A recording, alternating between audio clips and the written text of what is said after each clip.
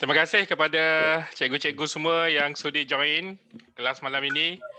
Saya panggil sembang kedai kopi lah. Kerana nak kata kelas untuk cikgu, saya sebenarnya tak layak lah untuk mengajar cikgu-cikgu semua. Jadi saya buat sesi malam ini ni sebenarnya untuk berkongsi sedikit. Kalau ada guru-guru yang bukan option, yang dah lama orang kata tak mengajar MATS, baru kena mengajar MATS, yang tak biasa lagi dengan topik yang kita nak bincang malam ni. Jadi dengan ulang kaji sesi macam ini, saya harap dapat membantu untuk persiapan pelajar-pelajar kita. Jadi malam ini saya pilih topik gerakan sepanjang garis lurus ini kerana berdasarkan pengalaman saya, topik yang terakhir, ini topik yang kedua terakhir dalam sukatan KBSM. Kebiasaannya topik ini macam tak sempat nak cover. Bila dah dekat-dekat dengan peperiksaan, topik ini tak sempat nak cover. Jadi pelajar-pelajar pun tak sempat nak belajar. Itu yang pertama lah sebab dia topik yang terakhir. Yang kedua dia topik optional. Topik optional ni maksudnya kadang-kadang pelajar tak perlu jawab pun. Jadi topik ini kebanyakan guru-guru pun jadi macam tak tekankan sangat lah, macam tak ajar pun dekat sekolah. Jadi pada malam ini saya nak kongsi topik ini kerana pada pendapat saya, topik ini adalah topik yang senang. Kalau kita faham konsep yang asas, konsep yang betul dan kita kongsi cara yang mudah kepada pelajar, dia akan jadi topik yang mudah. Sekejap saya nak tukar saya punya headphone lah.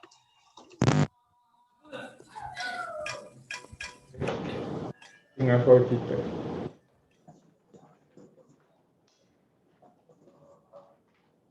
Yes, mute. 所以我哋講話以前都攞㗎。唔知喎。好嘞。see mute. Wait, see how many people join Sekejap Interview. Check. Mic check 1, 2, 3. Okey? Okey, dengar. Okey. Terima kasih, sorry Tadi saya baru beli headphone baru jadi tak biasa. Macam tak selesa. Guna headphone lama juga baru selesa. Okey, jadi saya nak teruskan Jadi itu sekadar pengenalan lah. Terima kasih semua yang join malam ni. Sepatutnya yang daftar dalam 200 lebih lah. Tapi biasalah kalau daftar 200 lebih tu kita boleh jangka. Kalau dapat 1/2 yang betul-betul login tu pun dia kira mujur. Malam ni lebih kurang 76 ni. InsyaAllah saya akan teruskan Selamat datang kepada semua. Then you talk, you see whether Cikgu Lau ada. Okey, selamat datang kepada semua yang baru masuk. Okey. Jadi tanpa membuang masa, saya nak start dengan topik malam ni Jadi topik malam ini ni saya akan just share macam mana saya mengajar pelajar saya lah. Bila saya buat bengkel ke, saya buat ceramah ke, saya buat seminar ke, dan bila saya sentuh topik ni, inilah flow dia yang saya ajar. Yang mana kalau saya nak sentuh everything dalam buku teks, dia akan jadi topik yang panjang lah sebab ada banyak detail dia. Saya go to pada basic yang mencukupi untuk mereka jawab 10 markah daripada 10. Jadi kita perlu cover yang basic saja supaya daripada situ mereka boleh jawab soalan peperiksaan. Jadi kalau kita nak go through memang masa tak cukup lah. Biasanya topik ni dia ambil masa sikit kalau kita nak go through ikut buku teks punya sukatan.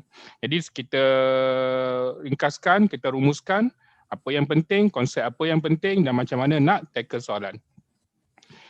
Okey, tanpa buang masa saya teruskan Dalam nak menguasai topik gerakan sepanjang garis lurus ini, ada beberapa topik yang diperlukan sebagai prerequisite.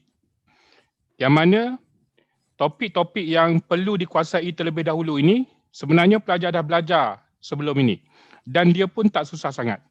Okey, ada 3 prerequisite untuk menguasai topik gerakan garis lurus. Yang mana sebelum kita ajar gerakan garis lurus, kita kena ulang kaji sikit dengan pelajar. Ini yang saya buat lah. Saya ulang kaji sikit dengan pelajar. Jadi saya panggil ini sebagai prerequisite. Okay, sekejap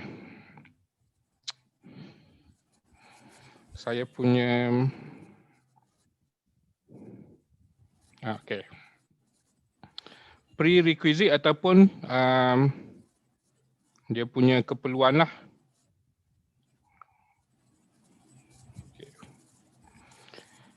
Ataupun topik yang perlu dikuasai sebelum kita belajar topik ni.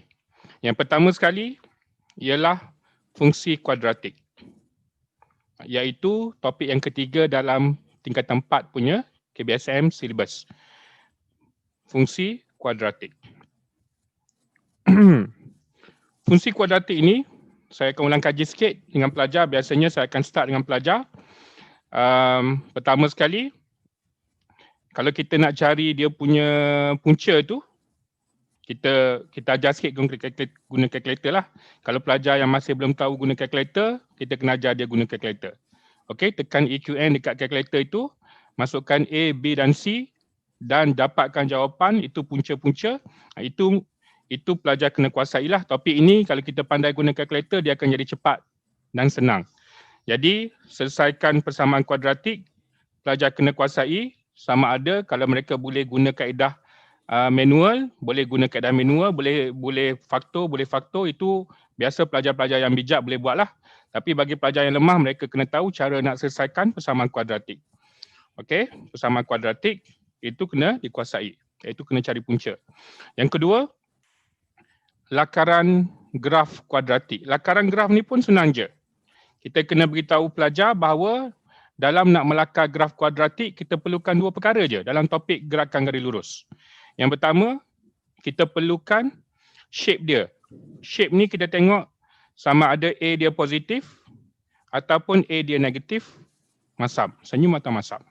Yang kedua, kita kena tahu dia punya punca-punca. Punca-punca tadi, yang nombor satu lah. Merujuk kepada yang nombor satu tadi. Selesaikan persamaan kuadratik itu mereka dah tahu dan mereka boleh cari punca-punca. Jadi bila mereka nak melakar persamaan kuadratik, mereka tahu bahawa bentuk dia macam mana dan punca dia dekat mana. Yang ini je yang kita kena tahu. Dalam topik fungsi kuadratik yang kita belajar tingkatan 5 dulu, tingkatan 4 dulu, dalam nak membuat lakaran fungsi kuadratik, biasanya kita perlukan titik pusingan. Titik pusingan tu memang kita perlulah dalam topik lakaran fungsi kuadratik. Tapi dalam topik gerakan garis lurus tu kita tak perlukan benda ni. Kita tak payah orang kata complicated kan benda yang tak perlu. Benda kita tak payah cari, kita tak payah cari lagi lah. Kita hanya perlukan dua je. Iaitu shape dia, senyum atau masam dan apa punca-punca dia. Okey. Jadi ini yang kedua. Yang ketiga, pelajar mesti ingat lagi macam mana nak menyelesaikan ketaksamaan kuadratik. Ketaksamaan kuadratik ini memang banyak timbul dalam topik gerakan garis lurus. Banyak kali dia keluar. Jadi ketaksamaan kuadratik ini mesti dibincangkan terlebih dahululah. Dan yang bagusnya topik ini, bila kita ajar topik ini, mereka akan revise banyak benda. Mereka akan revise topik fungsi kuadratik, macam mana nak buat lakaran fungsi kuadratik, macam mana nak cari punca dan macam mana nak menyelesaikan ketaksamaan kuadratik. Jadi kita revise benda ni, dia akan ingat balik benda yang dah belajar lama dulu. Itu sebagai contoh, kalau kita nak cari macam mana ketaksamaan kuadratik, contohnya bentuk A macam ni, macam mana nak buat, pelajar kena tahu sikit cara nak cari ketaksamaan kuadratik. Okey, jadi ini adalah topik yang pertama yang mesti dikuasai oleh pelajar dalam nak menguasai gerakan garis lurus. Topik yang kedua ialah pembezaan. Ini saya beritahu cara saya mengajarlah. Ada cikgu, rakan-rakan saya dia kata dia ajar gerakan garis lurus, dia tak sentuh langsung perkataan pembezaan, pengamiran. Itu dia punya style lah. Saya punya style, saya suka relatekan. Gerakan garis lurus ini sebenarnya adalah aplikasi pembezaan dan pengamiran. Dia benda aplikasi je. Pembezaan dan pengamiran, kalau pelajar dengar dia memang takut. Tapi sebenarnya pembezaan dan pengamiran dalam topik ini, dia adalah pembezaan dan pengamiran yang basic saja. Basic saja. Basic saja yang mana pembezaan sebenarnya ada 4 kaedah. Kalau kita belajar topik pembezaan by itself ada 4 kaedah. Ada power rule, ada chain rule, ada quotient rule, ada product rule. Itu semua kita belajar dalam bab pembezaan. Tapi dalam nak belajar topik gerakan garis lurus, kita hanya guna pembezaan yang paling simple je. Yang nombor satu je. Iaitu power rule. Yang mana pembezaan yang pelajar kena boleh buat. Saya suka ulang kaji dengan pelajar. Sebagai contoh, kalau diberi Y sama dengan 2X kuasa 2 tolak 3X tambah 5, pelajar sepatutnya tahu cara nak cari dy dx. Itu saja. Yang paling simple. Okey, menggunakan kaedah pembezaan yang paling simple. Biasanya pelajar tak ada masalah part ni. Sebab tu pelajar nampak, oh pembezaan yang aku kena buat dalam kaedah gerakan garis lurus ni pembezaan yang simple. Jadi dia orang tak takut. Pembezaan tu pembezaan yang simple. Iaitu mereka kena tahulah macam mana nak buat pembezaan yang ni. 4x tolak 3. Yang ini memang kita kena refresh sikit dengan pelajar. Ini saya kongsi cara saya mengajar pelajar lah untuk topik ni. Dan yang ketiga, prerequisite yang ketiga ialah pengamiran. Okey, pengamiran. Pengamiran pun kalau kita belajar topik pengamiran by itself, dia memang panjang dan dia memang agak complicated. Tetapi pengamiran yang kita guna dalam topik ni adalah pengamiran yang simple saja. Beritahu pelajar pengamiran yang simple je. Hanya lebih kurang 5% daripada pengamiran yang asal dalam topik pengamiran dalam topik sebelum ni. Jadi pelajar rasa pengamiran yang kita akan jumpa ni pengamiran yang simple. Iaitu sebagai contoh, pelajar should be able untuk kamirkan contohnya 2x square tambah 3x tolak 4 dx. Senang je. Mereka boleh buat pengamiran. Biasanya pelajar tak ada masalah pengamiran yang simple macam ni. Jadi mereka kena tahu bahawa kuasa tambah 1 bahagi dengan kuasa baru. Dan dekat hujung itu tambah C. Ini saja yang pelajar kena tahu. 3 prerequisite dalam nak mengajar pelajar kaedah gerakan garis lurus. Saya akan ulang kaji dengan mereka dalam 15 minit yang pertama. Saya akan ulang kaji dengan mereka 3 perkara ni. Kerana 3 perkara ini kita akan jumpa dalam gerakan garis lurus. Okey. Itu saya punya prerequisite lah. Ada tak cikgu-cikgu rasa nak tambah lagi? Cikgu Haris. Cikgu Haris. Biasanya Cikgu Haris ulang kaji apa lagi sebelum masuk gerakan garis lurus? Cikgu Haris ni orang lama. Sama dah. Okey lah tu. Ada lagi tak nak tambah? Lah. Yang saya dalam JPN punya video itu pun saya tekankan 3 ni saja. Okey. Jadi 3 benda ni kita ulang kaji sikit dan kita masuk gerakan garis lurus. Biasa macam itulah saya buat. Ya. Okey. Sekarang cikgu saya nak masuk kepada gerakan garis lurus. Macam mana saya present dekat pelajar. Supaya mereka rasa benda ni tak susah dan mereka suka nak jawab topik ni. Okey, pertama sekali saya akan ceritalah dari segi konsep dulu. Apa maksud? Dalam gerakan garis lurus ni kita akan deal dengan 3 quantity vector. 3 quantity vector yang dimaksudkan adalah sesaran. Simbol dia adalah S. Yang kedua adalah halaju. Simbol dia V. Dan yang ketiga adalah pecutan. Jadi saya cerita dulu apa maksud sesaran, halaju dan pecutan. Okey, sesaran ini sebenarnya adalah jarak, dia adalah kuantiti vektor. Kuantiti vektor ni macam kita tahu adalah kuantiti yang mempunyai arah dan mempunyai magnitude. Okey. Sesaran ini adalah sebenarnya adalah jarak terdekat ataupun jarak daripada titik awal dan titik akhir.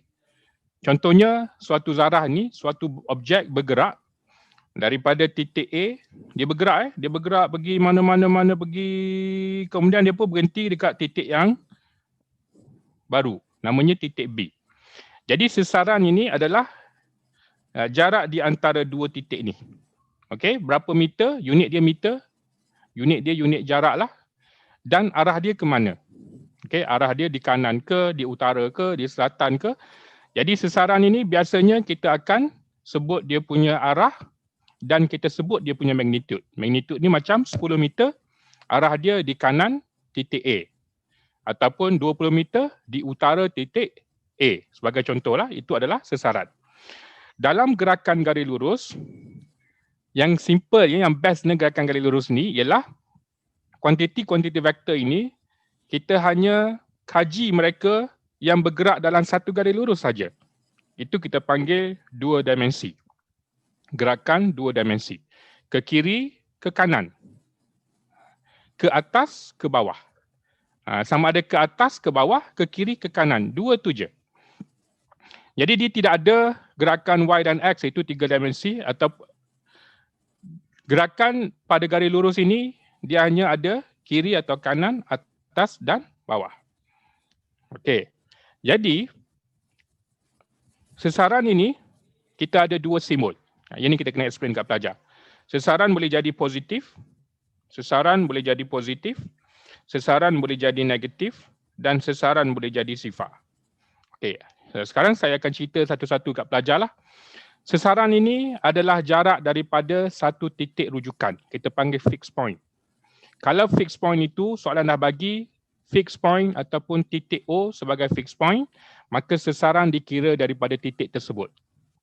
Okey, sebagai contoh, dalam soalan akan kata ada satu fixed point, titik tetap O, maka zarah itu bergerak di sebelah kanan atau di sebelah kiri O, menentukan dia punya simbol positif atau negatif. Kalau objek itu bergerak dan berhenti 5 meter di sebelah kanan O di titik A, 5 meter di sebelah kanan O di titik A, maka sesaran dekat sini kita panggil sesaran dia adalah positif 5. Kerana dia berada di sebelah kanan titik A. Then kalau objek itu bergerak lagi dan kembali ke titik O balik, dia kembali ke titik O balik selepas beberapa saat, maka ketika itu kita panggil sesaran adalah sifar. Okey, sesaran adalah sifar kerana dia punya jarak daripada titik rujukan dia adalah sifar. Dia berada di titik rujukan itu sendiri. Dan kalau dia bergerak lagi dan bergerak ke kiri, dia punya kedudukan daripada titik O sekarang berada di sebelah kiri.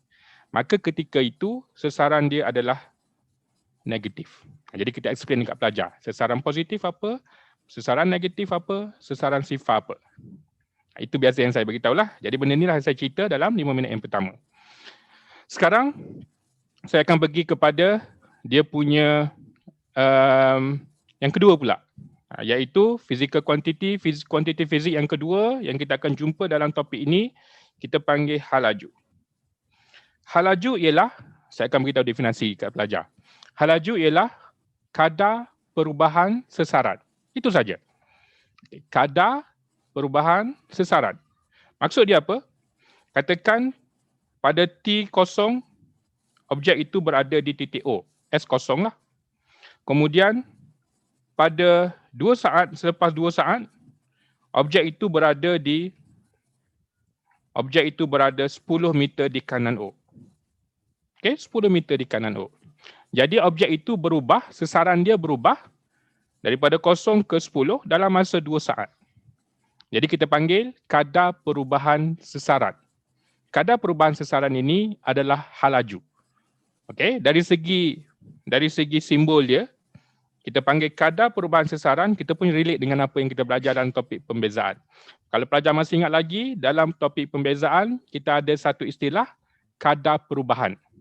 Okey, kadar perubahan isi padu, kadar perubahan luas permukaan, kadar perubahan jejari, kadar-kadar kita ada belajar dalam bab pembezaan. Kali ini kita jumpa kadar perubahan sesaran. Jadi kadar perubahan sesaran ialah ds over dt.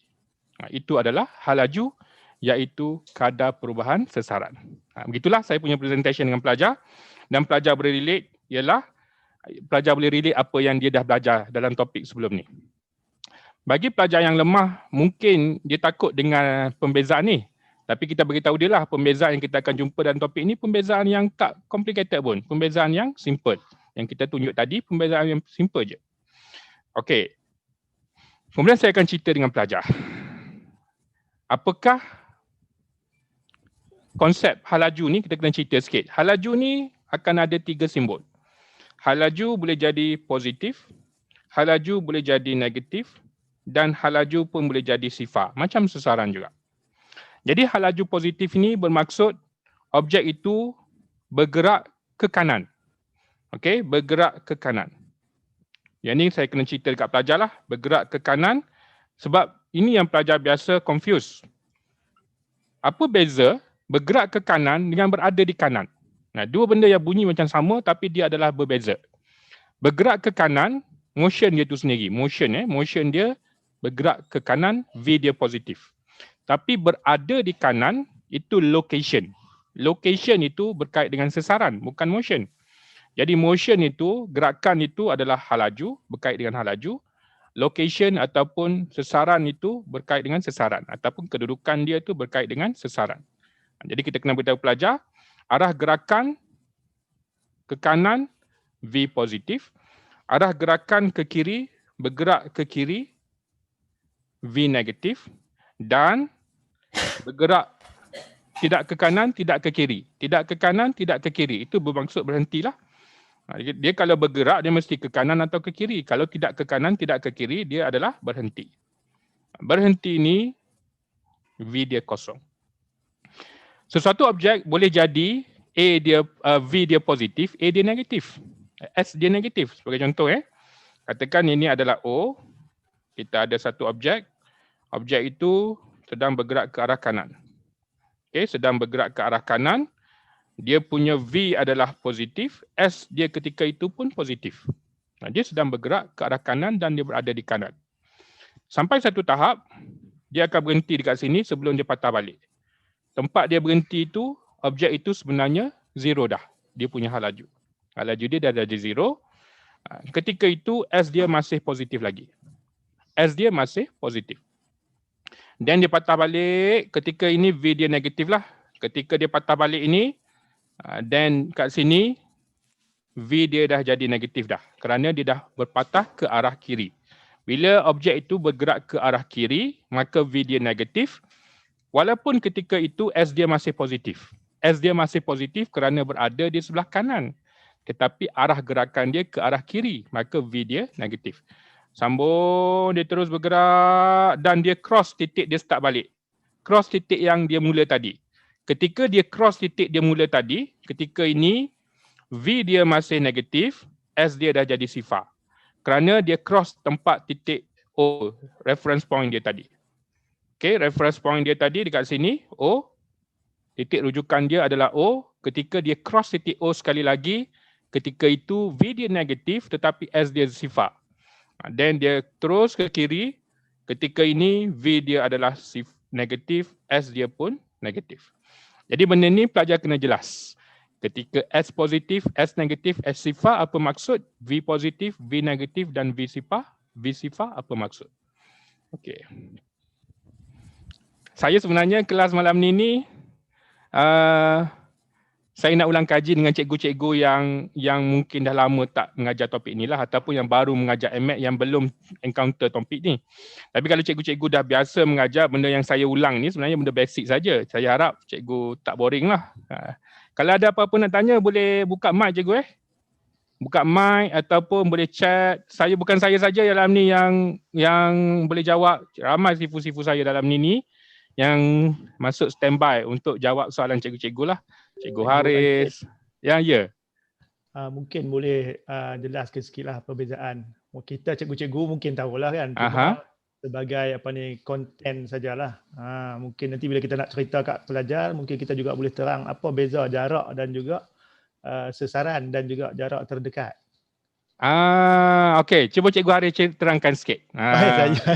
Dan saya nak bagi Cikgu Haris tambah sikit lah. Okey.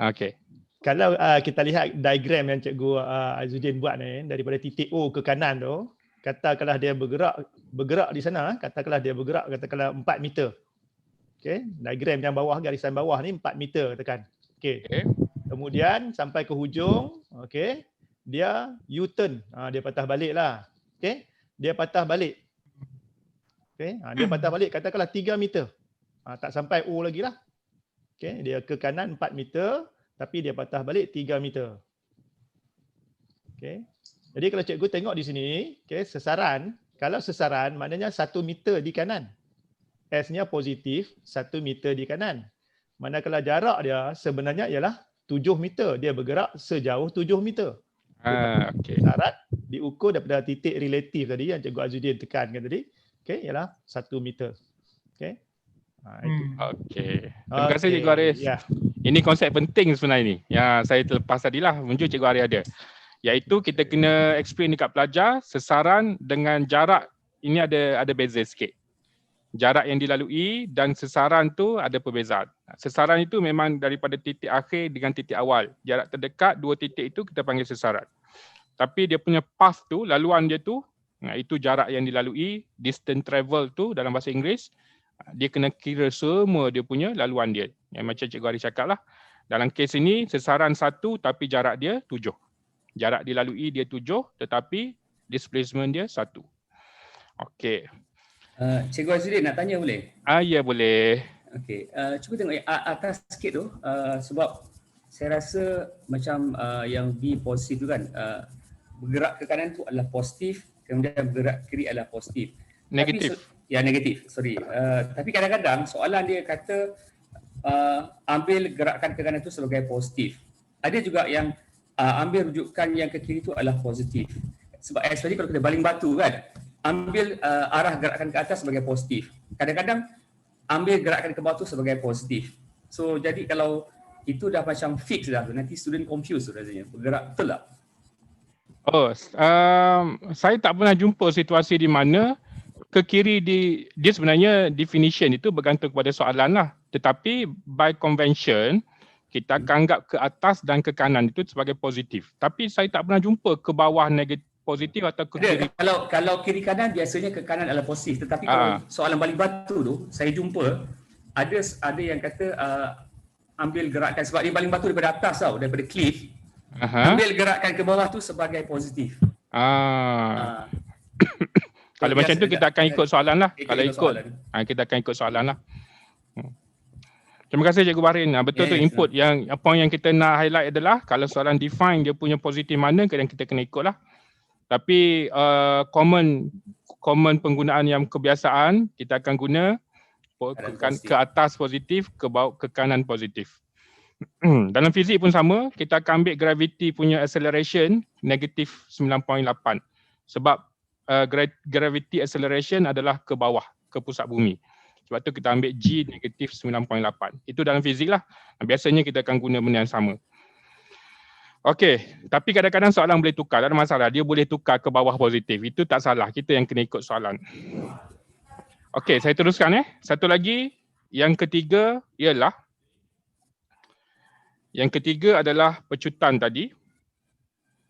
Pecutan ini adalah definisi dia ialah kadar perubahan hal laju, dV dt. Kadar perubahan laju bermaksud macam mana hal laju itu berubah. Hal laju awal dan hal laju akhir. Macam mana dia berubah? Berapa cepat dia berubah? Kadar perubahan hal laju itu kita panggil pecutan. Okey, pecutan pun ada positif, ada negatif dan ada sifar. Okey, ada positif, ada negatif dan ada sifar. Pecutan positif, pecutan negatif dan pecutan sifar. Pecutan sifar ini paling senang adalah kita panggil hal laju dia malah lah. Hal laju malah bermaksud hal laju itu memang macam tu je. Kalau bawa kereta 100 km sejam, dia maintain je 100 km sejam daripada awal sampai akhir. Jadi bermaksud hal laju dia tidak berubah. Dalam kes ini pecutan dia tidak berubah lah. Pecutan dia sifar. Bukan pecutan tidak berubah, pecutan dia sifar, hal laju dia malah. Okey. Manakala hal laju positif ini bermaksud, pecutan positif ini bermaksud hal laju dia bertambah. Bertambah. Hal laju dia bertambah. Okey, hal laju dia bertambah bermaksud hal laju akhir dia tu lebih besar daripada nilai hal laju awal dia. Okey, tapi tidak semestinya bermaksud objek itu speeding up. Tak semestinya Dia dua konsep yang berbeza. Dia hal laju dia bertambah, tapi tidak semestinya bermaksud objek itu sebenarnya makin laju, speeding up, gaining speed. Bukan tak semestinya. Sama juga kalau pecutan negatif. Tidak bermaksud nyah pecutan. Yang ini yang konsep yang selalu kita keliru. Okey, saya nak betulkan konsep ni sebab ini berlaku dalam kebanyakan pelajar dan kebanyakan guru lah. Sebenarnya apa yang kita belajar dalam lower form, kita belajar tajuk laju dekat tingkatan 2 dulu. Kita ada istilah nyah pecut. Yang mana dalam laju ni dia bukan vektor, dia adalah skala. Yang mana skala ni dia senang je. Kalau pecutan positif bermaksud dia makin laju. Sebab dia tidak ada arah. Laju ni dia tidak ada, tak ada negatif, tak ada ke kiri, tak ada ke kanan. Jadi kalau pecutan positif bermaksud dia makin laju, pecutan negatif memang bermaksud nyah pecutan makin perlahan, makin perlahan, makin perlahan. Tapi bila kita belajar hal laju, kita belajar topik ini, dia adalah satu vektor. Suatu vektor. Jadi A positif tidak semestinya bermaksud objek itu makin laju. Jadi bilakah benda itu berlaku? Saya cerita. Kalau A positif bermaksud pecutan ke kanan. Itu maksud A positif. Kalau V dia pun positif, A positif, V positif, ini objek ini sebenarnya adalah gaining speed ataupun kita panggil speeding up. Makin laju. Okay, speeding up ataupun gaining speed lah. Kalau dia arah yang sama. Dia bergerak ke kanan dan pecutan dia pun positif, objek itu sebenarnya makin laju. Okay.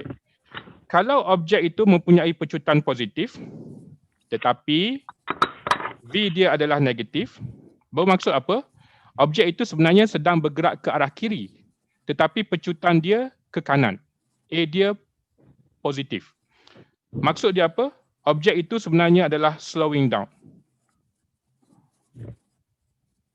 Dia kalau berbeza dia punya simbol, objek sedang bergerak ke kiri, tetapi pecutan positif, objek itu sebenarnya sedang mengalami nyah pecutan ataupun deceleration.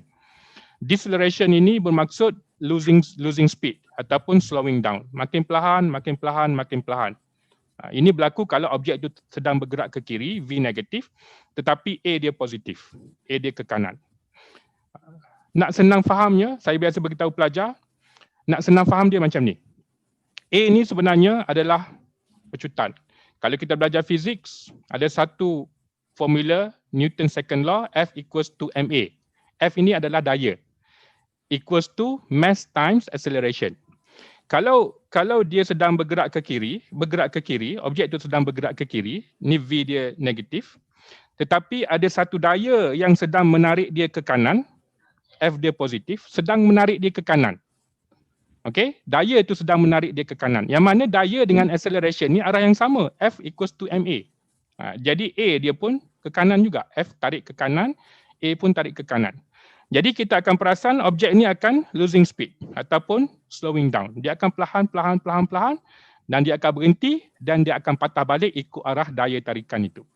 Jadi sebenarnya misconception yang selalu berlaku di kalangan pelajar, dia ingat kalau A positif bermaksud dia memecut makin laju. Tak semestinya. Dalam topik hal laju, gerakan vektor ini dia tidak semestinya A positif dia bermaksud gaining speed. Dia kadang-kadang bermaksud losing speed juga. Okay. Alright. Jadi A positif, A negatif itu dari segi definisi dia bermaksud hal laju dia makin bertambah atau hal laju dia makin berkurang. Itu maksud A positif atau A negatif. Tapi dia tidak bermaksud speeding up ataupun slowing down. Dia tak ada kaitan dengan speeding up ataupun slowing down.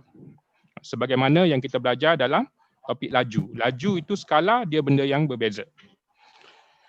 Okey, yang ini adalah konsep-konsep yang biasa saya betulkan dulu dengan pelajar sebelum kita tengok pengiraan. Ada cikgu-cikgu nak tanya tak dari segi part ni? Ada tak? Kalau tak ada, saya nak terus masuklah. Boleh. Okey, saya teruskan Okey. Satu analogi yang saya suka share. Ya. Boleh tak bagi contoh soalan yang A positif, V negatif itu, yang slowing down tu ada tak? Okey. Analogi lah. Okey, dia macam ni. Analogi yang paling simple adalah contoh soalan. Contoh soalan nanti saya tunjuk contoh Saya tunjuk contoh yang melibatkan benda harian. Kita jumpa harian. Kalau kita ada satu objek. Objek ini kita baling ke atas. Kita throw satu objek ke atas. Apa yang kita perasan adalah bila kita throw dia ke atas, V dia positif. Betul tak? V dia positif. Ini linear motion ni bergerak ke atas ke bawah. V positif ke atas, bawah. Tetapi A dia negatif sebab A dia ke bawah. Kenapa A dia ke bawah? Kerana graviti bertindak ke bawah. A itu adalah pecutan graviti. Jadi objek ini sebenarnya kalau kita baling objek ni ke atas, lepas dia keluar daripada tangan kita, dia laju. Kemudian dia slowing down, dia sampai ke puncak, dia pun berhenti. Sampai sini dia berhenti. Ini dekat sini, ini adalah dia slowing down. Sebabnya objek itu sedang bergerak ke atas, dia lawan dia punya pecutan ke bawah. Objek itu perlahan sampai satu tahap dia berhenti. Okey, V kosong, objek itu akan berhenti dekat udara sebelum dia patah balik turun ke bawah. Bila dia patah balik turun ke bawah, okey, dia patah balik turun ke bawah, ketika itu V dia adalah negatif, A dia adalah negatif. Ini sebenarnya dia sedang gaining speed ataupun speeding up. Kerana V dengan A dia sama arah, sama-sama negatif. A ke bawah, V pun ke bawah. Dia akan makin laju. Itulah situasi sebenarnya. Ini adalah kita panggil real life punya contoh. Kalau kita boleh explain dekat pelajar, bila awak baling barang ke atas, ke udara, kita panggil free fall. Free fall, balingan bebas ini, baling ke atas. Ketika itu objek itu V positif, sedang naik ke atas positif, A dia memang gravity ke bawah, A negatif. Then objek itu akan makin perlahan, berhenti, V kosong dan patah balik. Ketika itu V negatif, A negatif. Dia akan makin laju sampai dia menghempas tanah.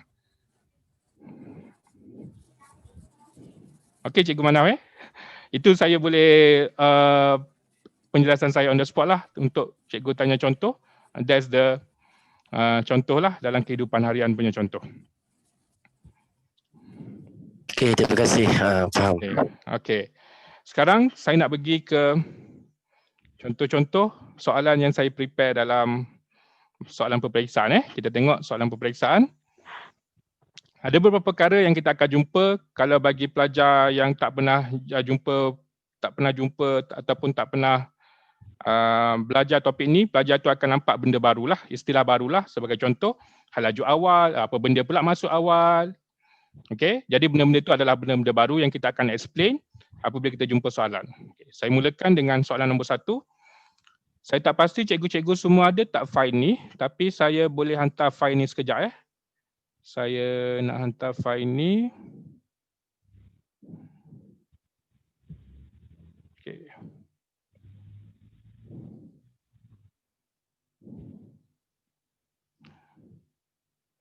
Bengkel apa nama, Sembang. Okey. Okey, saya baru send PDF ke dekat ruangan chatting tu. Cikgu boleh buka untuk rujukan sendiri. Ini soalan yang saya ambil daripada peperiksaan. Kita punya peperiksaan sebenar ada, percubaan pun ada. Soalan-soalan dia lebih kurang macam inilah. Suatu zarah bergerak di sepanjang garis lurus dan melalui satu titik tetap O. Titik tetap O ni bermaksud ketika dekat titik tetap O, S dia kosong. Ketika itu S dia kosong. Kerana kita punya S ini dia mesti ada reference. Kita nak cari sesaran. Sesaran mesti ada dari mana? Soalan dia. Sesaran tu dari mana? Sesaran dia dari O. Kerana apa? Sesaran perlukan titik daripada mana? Kalau hal laju tak kisah. Hal laju tak ada reference point. Sesaran perlukan reference point. Okay. Di titik O, S dia adalah kosong. Hal lajunya diberi oleh V sama dengan T kuasa 2 tolak 6T tambah 5, di mana T ialah masa dalam saat selepas meninggalkan O. Okey, maksud dia apa? Maksud dia ketika objek itu berada di O, masa dia ketika itu adalah kosong. Kerana masa itu mula berdetik apabila objek itu meninggalkan O. Dia boleh jadi, soalan ni diubah sedikit. Dia kata, T adalah masa ketika objek itu berada 5 meter daripada titik O. Bermaksud dia bukan bermula di titik O, dia bermula di titik lain, 5 meter di kanan O. Sebagai contoh. Dalam soalan ini dia beritahu T ialah selepas meninggalkan O, bermaksud ketika T kosong, objek itu berada di O. Objek berada di O bermaksud S dia kosong. Okey, jadi kita tahu sebenarnya T kosong, S kosong. Benda ni kita perlukan kejap lagi apabila kita buat pembezaan pengamiran, kita kena tahu benda ni. T kosong, objek berada dekat mana? Berada dekat O. Berada dekat O, S kosong. Okey, jadi dengan baca soalan itu kita dah dapat initial condition ataupun initial position. Kita panggil initial position, kedudukan awal. Okey, soalan pertama, cari halaju awal. Halaju awal, yang ini kita akan beritahu pelajar lah. Kalau dia jumpa je perkataan awal, ataupun dalam bahasa Inggeris kita panggil initial, initial velocity, initial displacement, sesaran awal. Jadi kalau jumpa je perkataan awal atau initial, ini bermaksud masa dia adalah kosong. Tak kisahlah kalau dia nak tanya initial position ataupun initial displacement, kita ambil T kosong ganti ke dalam S. Kalau dia nak initial velocity, kita ambil T kosong ganti ke dalam V. Itu saja. Jadi initial bermaksud T kosong. Jadi untuk menjawab soalan pertama ini, dikata halaju awal, maka kita pun ganti, kita akan ganti T kosong masukkan ke dalam V. V dia adalah 5. Itu jawapan dia. Okey, yang kedua.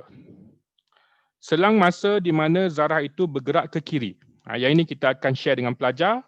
Awak kena tengok dia punya apa yang diberikan dalam soalan ini. Dia kata bergerak. Bergerak ni motion, gerakan. Gerakan ni berkait dengan halaju. Dia tak berkait dengan sesaran gerakan ni. Kalau kedudukan berkait dengan sesaran. Contohnya, berada di sebelah kanan. Berada di sebelah kanan O. Ataupun berada di sebelah kiri O. Itu berkait dengan sesaran. Tapi kalau dikata bergerak, bergerak ke kanan, bergerak ke kiri, berhenti, yang berkait dengan motion, motion ini, gerakan, itu adalah halaju. So dalam kes ini, dia kata zarah itu bergerak ke kiri, maka kita akan ambil V less than 0. Bergerak ke kiri less than 0. Jadi kita pun gantikan V itu. Nah, ini dah topik ketaksamaan kuadratik yang saya ulang kaji awal-awal tadi tu, benda ni lah. Macam mana kita nak selesaikan ketaksamaan kuadratik. Ini kita kena ulang kaji dengan pelajar. Untuk selesaikan ketaksamaan kuadratik, mula-mula cari dia punya punca-punca. Tekan kalkulator kat sini. Yang ini pun kita kena ulang kaji dengan pelajar lah. Kalau mereka tak tahu tekan kalkulator, saya rasa pelajar semua tahulah. Yang ini memang dia orang expert sebenarnya. Dia punya A dia adalah 1, B dia adalah -6, C dia adalah 5. Dan kita akan dapat dua nilai T dekat sini, dia punya punca 1 dan 5. Okey, 1 dan 5, maka dekat situ kita tengok dia punya A adalah positif, gerak senyum, sini 1 dan ini 5. Okey, jadi dia nak yang negatif berada dekat bawah, lorek yang bawah, jawapan dia adalah T daripada 1 ke 5. 1 dengan 5 tu tak termasuk sebab 1 dengan 5 tu objek berhenti. 1 dengan 5 tu adalah V kosong, dia berhenti. Dia kata objek sedang bergerak ke kiri, maknanya tak termasuk 1, tak termasuk 5. 1 dan 5 tak termasuklah, tapi di antara 1 dan 5. Okey, jadi biasanya bila pelajar dia nampak benda ni, dan benda ni pun dia dah belajar dekat tengah tempat, dia tak susah sangat lah. Especially kalau dia tahu dengan bantuan kalkulator boleh dapatkan roots dengan cepat. Okey, itu yang B. Yang C, dia kata selang masa di mana pecutan zarah adalah positif. Sekarang dia nak pecutan pula. Pecutan ini adalah kadar perubahan halaju. Pelajar kena ingat yang tu, nak dapatkan pecutan. Biasanya apa yang saya akan buat dengan pelajar saya ialah saya akan beritahu dia macam ni. Kalau kita ada sesaran, kita ada halaju S, V, kita ada pecutan A, daripada S nak pergi ke V, kita kena bezakan terhadap masa. Bezakan terhadap masa. Daripada V ke pecutan, kena bezakan terhadap masa juga. D dt itu maksudnya bezakan terhadap masa. Dan the other way round. Daripada pecutan nak pergi ke hal laju, kena kame terhadap masa. Kame dt. Kame terhadap masa dan yang ni pun kena kame terhadap masa. Jadi hubungan ini mereka kena jelas. Okay, apa yang perlu dibeza dapat apa yang perlu dikame dapat apa.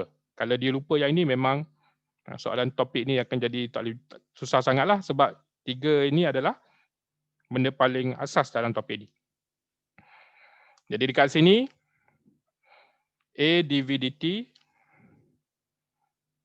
bezakan, mereka kena bezakanlah fungsi tadi ni iaitu t kuasa 2 bezakan dia akan dapat 2t tolak 6 dan soalan kata A positif. Jadi 2t tolak 6 positif. 2t lebih besar daripada 6, t lebih besar daripada 3. Jadi itu jawapan.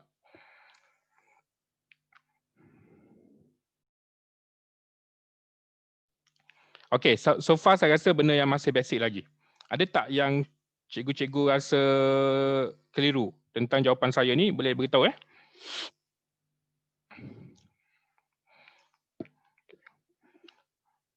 Alright.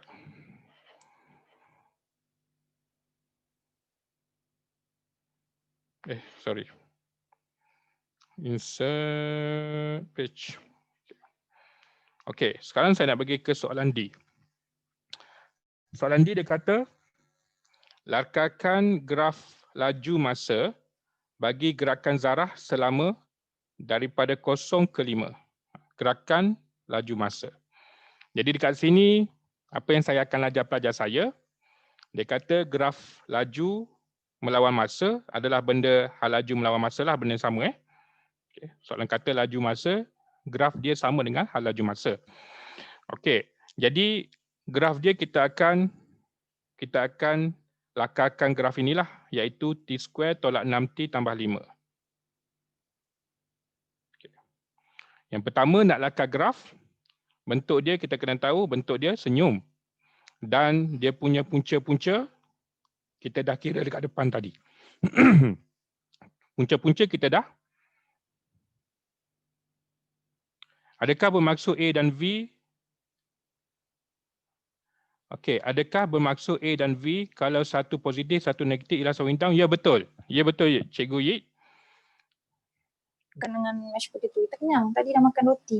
Kalau kita ada, kalau A dengan V opposite sign, itu bermaksud slowing down, deceleration. Opposite sign. A satu positif, satu negatif. Kalau sama positif, sama sign, itu bermaksud dia memecut. Okey, jadi untuk lakaran graf ini, kita dah tahu bentuk, kita dah tahu dia punya punca, saya beritahu pelajar, then buatkan paksi V, satu lagi paksi T, dan lakarkanlah. 1 kat sini, 5 kat sini, dia kata lakarkan daripada 0 ke 5, soalan kata lakarkan daripada 0 ke 5, maka 0 ke 5, macam tu je. Itu saja untuk dapat full mark. Tak susah pun topik ni. Okey, dan itu adalah D. Yang E, dia kata hitung jumlah jarak dilalui selama 5 saat selepas meninggalkan titik O. Yang ini yang pelajar takut ataupun pelajar rasa susah sikit. Okay, tengok macam mana saya nak tunjukkan bahawa untuk mencari hal laju daripada saat untuk mencari jarak yang dilalui daripada saat ke berapa ke saat ke berapa. Okey. Pertama sekali, kalau kita masih ingat kita belajar dalam Math Modern, iaitu kalau kita ada graf laju melawan masa, kita ada graf laju melawan masa macam contoh graf ini, laju melawan masa, maka jarak itu sebenarnya adalah luas di bawah graf. Jadi luas di bawah graf laju melawan masa ini sebenarnya adalah jarak. Okay, kawasan luas di bawah graf adalah jarak. Jadi jarak ini, pintasan Y kita tandalah. Pintasan Y adalah 5. Okay. Terima kasih cikgu. Jadi untuk mendapatkan jarak yang dilalui, kita kena cari luas di bawah graf. Okay. Disebabkan kita dah ada graf, sebab tu saya tak soalan ini soalan pertama supaya saya boleh relatekan soalan E ini dengan soalan graf ini. Jarak ialah luas inilah. Okay. Yang mana luas ini kita belajar dalam bab pengamiran, kita kena ingatkan pelajar. Kalau luas itu satu dekat atas, satu dekat bawah, kita tak boleh kamir daripada 0 ke 5. Kita kena pecahkan pengamiran sebab satu positif, satu negatif. Jadi kita akan cari pengamiran daripada 0 ke 1, daripada 1 ke 5. Okay, kita kena kamirkan dua bahagian. Okay. Dan kamirkan apa?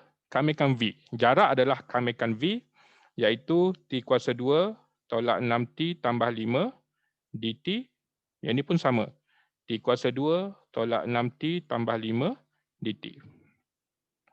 Okey, bila saya ajar pelajar saya ni biasanya ramainya yang adalah pelajar-pelajar yang lemah. Kalau pelajar-pelajar yang bagus, pengamiran macam ini memang kacang lah bagi diorang. Bagi pelajar-pelajar yang bagus, pengamiran macam ini sangat mudah. Tapi bagi pelajar yang lemah, mereka nampak pengamiran macam ni dah takut dah. Ataupun tak confident nak buat. Jadi apa yang saya akan ajar pelajar saya, mula-mula sekali saya beritahu apa yang saya ajar pelajar saya lah. Tak tahu betul atau salah, cikgu judge sendiri. Pertama, saya akan tinggalkan ruang kosong kat situ. Dan saya terus pergi ke bahagian bawah. Saya tinggalkan satu space dan saya pergi ke bawah. Dekat sini saya akan suruh pelajar saya tekan kalkulator. Dan pelajar lemah ni dia suka yang bab tekan kalkulator ni. Untuk mereka kata sukalah sebab tak payah fikir panjang. Jadi mereka sebenarnya saya ajar kaedah ni untuk backup dalam peperiksaan lah. Jadi apa saya beritahu mereka, buka kalkulator masing-masing. Kalkulator masing-masing macam ni. Dekat kalkulator ini ada satu button pengamiran. Semua kalkulator ada. Semua kalkulator saintifik ada. Button pengamiran ini, kita masukkan dulu function V ni, iaitu guna alpha function. Alpha function itu adalah alpha kemudian tutup bracket. Tutup bracket itu ada X warna merah. Jadi kita panggil alpha function, alpha X. Jadi T kuasa 2, kita masuk X kuasa 2, tolak 6 alpha X, tambah 5, daripada 0 ke 1. Kalau kalkulator hitam tu dia kena letak koma, 0, 1. Cara nak masukkan had di kalkulator hitam tu. Kalkulator putih yang lama, putih yang baru, semua senang je. Sebab dia dah ada bawah atas kat macam ni. Tekan sama dengan, terus dapat jawapan 7/3. Dan pelajar akan tulis 7/3 kat sini. Kemudian, pelajar akan back balik untuk gantikan had. Daripada 1 ke 5, tukarkan had dia dan tekan kalkulator, akan dapat satu nilai negatif 32/3. Disebabkan dia negatif, kita letak modulus. Okey, saya cek dengan kawan saya pemeriksa kita 2. Saya bukan pemeriksa. Saya tanya, saya tak nak benda ni menyebabkan mereka hilang markah. Jadi dia kata Keta 2 punya pemeriksaan, Keta 2 punya topik ni, dia kata pelajar kena tunjukkan pengamiran dilakukan lah. Apa dia punya tanda pengamiran dilakukan? Peningkatan kuasa pada variable tadi, pada variable T tu. Jadi kita kena suruh pelajar buat pengamiran. Okey, buat macam pengamiran macam biasa, iaitu dalam kes ini T kuasa 3/3 tolak 6T kuasa 2/2 tambah 5T. Mereka kena tunjukkanlah kat sini. Pada 0 ke 1. Dan yang ini pun sama. T kuasa 3/3 tolak 6T kuasa 2/2 tambah 5T daripada 1 ke 5. Tapi modulus itu, dia tak boleh tiba-tiba ada modulus kat bawah. Dan modulus ni datang daripada atas lah. Jadi yang belakang yang 4 negatif tu kita moduluskan dia. Jadi pelajar akan rasa bahawa mereka boleh dapat jawapan dengan kalkulator. Dapat kalkulator, yang ini akan dapat jawapan lah, iaitu 13. 39/3, 13. Setahu saya semak dengan kawan saya, pengamiran dilakukan kat sini, pengamilan dilakukan, ditunjukkan, Cikgu Zul tanya, penggantian nilai itu saya tak pasti. Penggantian nilai dalam topik pengamilan sendiri kena tunjuk penggantian nilai. Tapi dalam topik gerakan garis lurus, kena tunjuk tak penggantian nilai itu? Boleh tak cikgu-cikgu? Oh, Cikgu Zul kata kena tunjuk penggantian nilai. Okey. Cikgu Zul kata macam tu dan kita kena tunjukkan penggantian nilai. Ada tak cikgu pemeriksa kertas 2 yang boleh bantu confirmkan? Penggantian nilai mesti tunjuk tak kat sini? Cikgu Nik ada tak Cikgu Nik?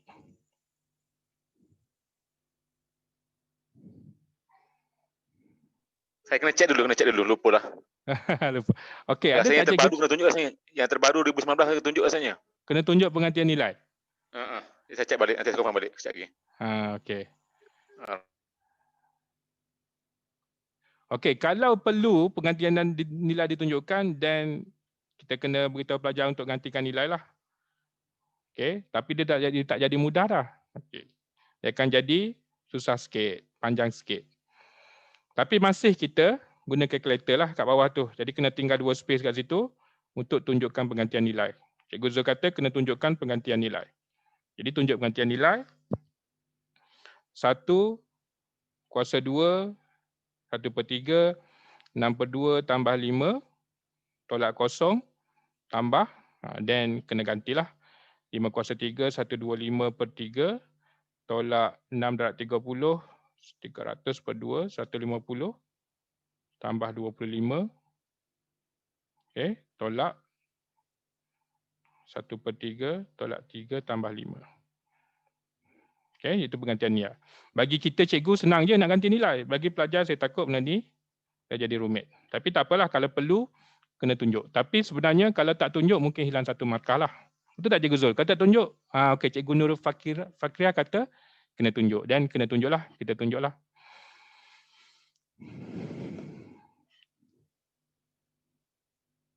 Okey, terima kasih cikgu-cikgu yang confirmkan. Itu saya seronok mengajar kat cikgu ni sebab semuanya tahu pasal pemeriksaan, saya yang tak tahu. Saya tunjuk macam mana saya mengajar pelajar saya. Jadi saya tak nak benda ni jadi susah. Tapi kalau kena tunjuk, kita beritahu kena tunjuklah. Okey, terima kasih cikgu-cikgu. Jadi cikgu tanya tadi macam mana nak ganti had calculator dalam kalkulator hitam. Kalkulator hitam ni macam ni cikgu. Cikgu masukkan X kuasa 2 tolak 6X tambah 5. Kemudian, ini kalkulator hitam. Tekan koma, tekan kosong, tekan koma, tekan 1. Dan tekan sama dengan. Akan dapat jawapan. Koma, kosong, koma 1 itu adalah cara nak masukkan had dalam kalkulator hitam.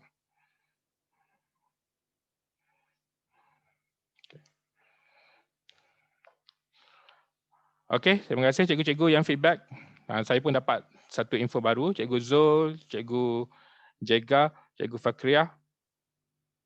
Cikgu Wan Azlilah pun pemeriksa. Terima kasih.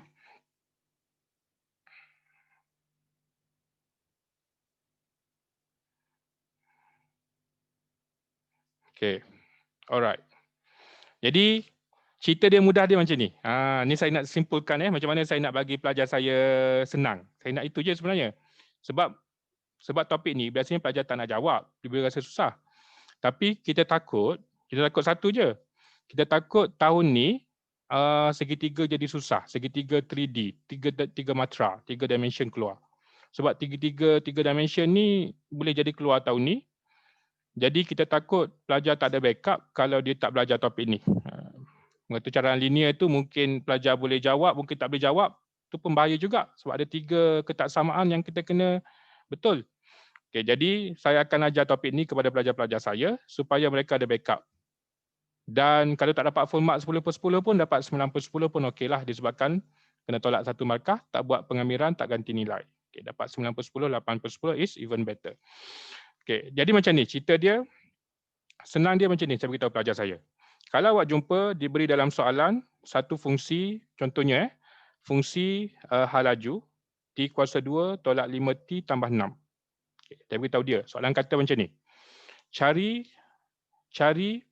jarak yang dilalui oleh zarah itu dalam 5 saat pertama. Okey, 5 saat yang pertama. Kalau soalan itu ada graf macam ni, pelajar biasanya boleh refer graf untuk kamera daripada mana ke mana. Graf dah ada. Okey, jadi graf dah ada, nampaklah kamera daripada 0 ke 1, 1 ke 5. Tapi kadang-kadang soalan dia tak minta lakaran graf, dia terus tanya, dia tanya jarak aja. Jadi saya beritahu pelajar saya, mula-mula sekali kalau nak cari jarak, daripada mana ke mana buat satu timeline, satu garis nombor, garis masa. Garis masa kita nak cari jarak daripada 0 sampai ke 5. Okey, 0 ke 5.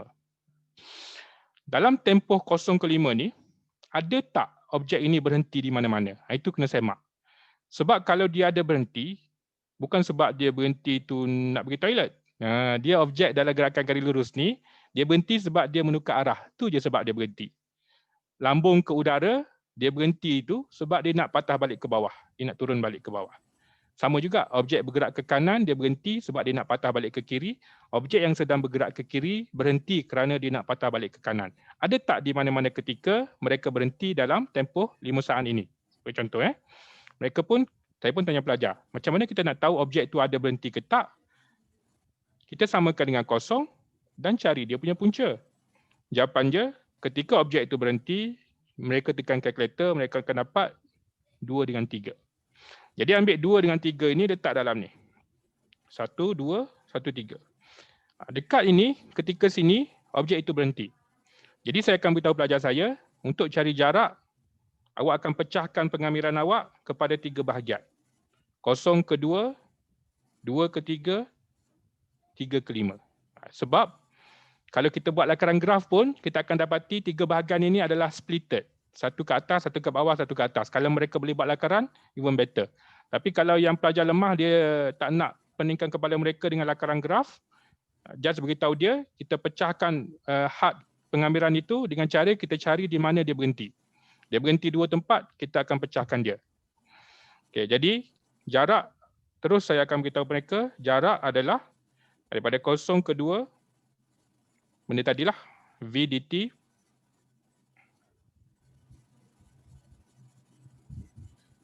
tambah daripada 2 ke 3 V dt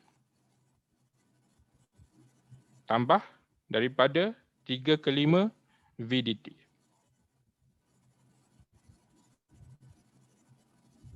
Jadi yang ini pelajar biasa tak ada masalah lah, nak bayangkan tu, nak pecahkan itu mengikut kita punya garis masa tadi, timeline tadi. 0, 2, 2, 3, 3, 5. Jadi dekat sini, pelajar yang boleh buat pengamiran, dia akan buat pengamiran lah. Pelajar yang tak boleh buat pengamiran, saya akan beritahu mereka tinggal satu baris. Biasa saya beritahu tinggal satu baris, tapi hari ini saya dapat knowledge baru ni, kena tinggalkan 2 baris lah. Yang kedua tu untuk ganti nilai, yang pertama tu untuk buat pengamiran. Pengamiran mesti dilakukan dan penggantian nilai. Ada 2 perkara kena buat. Jadi tinggal 2 baris, dan yang ketiga terus pergi ke jawapan akhir, iaitu saya akan ajar mereka cara nak selesaikan soalan ini menggunakan kalkulator. Jadi dalam kes ini, pengamiran, daripada pengamiran masukkan dulu X kuasa 2 tolak 5 alpha X tambah 6 daripada 0 ke 2, tekan kalkulator, 14/3 tambah, kemudian tukar had pengamiran, daripada 2 ke 3, negatif 1/6, dan daripada 3 ke 5,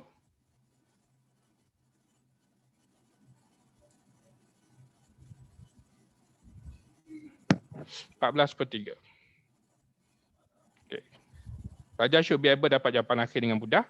Tapi saya akan beritahu pelajar, awak tunjukkan pengamiran. Pengamiran pun tak susah, benda yang sama je awak buat tu. Iaitu T kuasa 2, T kuasa 3/3, 5T kuasa 2/2, tambah 6T. Daripada 2 ke 3, tambah modulus. Okay, dan the rest tu mereka akan dapat yang samalah daripada bukan 2 ke 3, ini 0 ke 2, 0 ke 2, 2 ke 3, dan satu lagi 3 ke 5. Dan baris ni ganti nilai.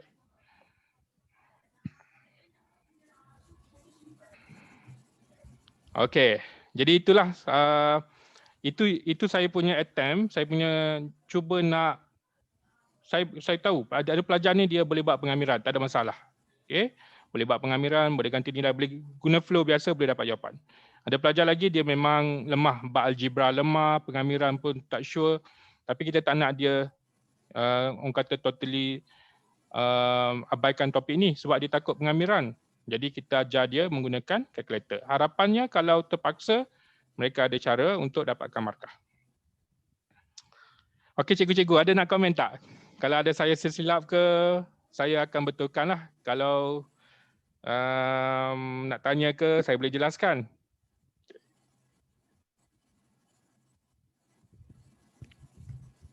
Kalau saya tak boleh jawab, ada cikgu-cikgu yang lebih pakar daripada saya akan jawab insya-Allah. Okey, kalau cikgu-cikgu tak ada soalan, kita take 5 minute break. Kita take 5 minute break. Kita sambung dalam 40. Boleh. Okey, terima kasih cikgu. Okay, bye. Sama.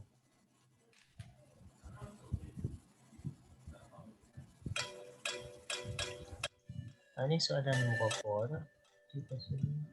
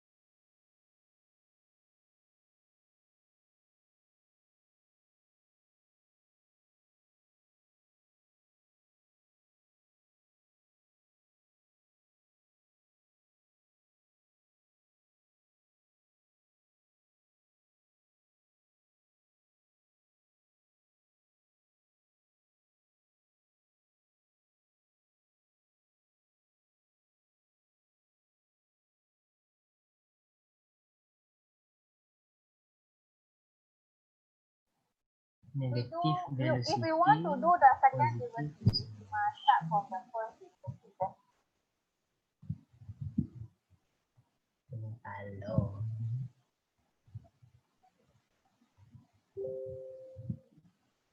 Negative velocity, positive acceleration, deceleration. Yang pejutan bila mana velocity negatif. Positive velocity, negative acceleration. Dia sama, dia cikgu Syafiq. Dia kalau summary dia, kalau terbalik sign itu acceleration. Kalau V positif, A negatif itu terbalik sign. A positif, V negatif, V positif, A negatif itu deceleration. Itu bermaksud slowing down. Deceleration. Tapi kalau dia sama simbol, A positif, Dia V macam positif. mana? Macam mana? Last kali tu halaju jadi negatif. Halaju negatif. Kemudian apa nama pecutan acceleration negatif. pun negatif, maksudnya pecutan juga. Dia memecut ke arah kiri. Dia memecut ke last arah kali tu kiri. negative velocity and negative acceleration also acceleration. Itu pun masuk pecutan. Dia memecut ke arah kiri. Dia makin laju tapi ke arah kiri. Macam ni lah, macam bola yang jatuh daripada tempat tinggi jatuh ke bumi. V dia negatif ke bawah, A dia pun negatif. Pecutan graviti ke bawah. Sebab tu dia memecut ke bumi. Kes yang terakhir tu. Ini saya Cikgu Jack bagi saya screenshot daripada buku lah, buku rujukan dia.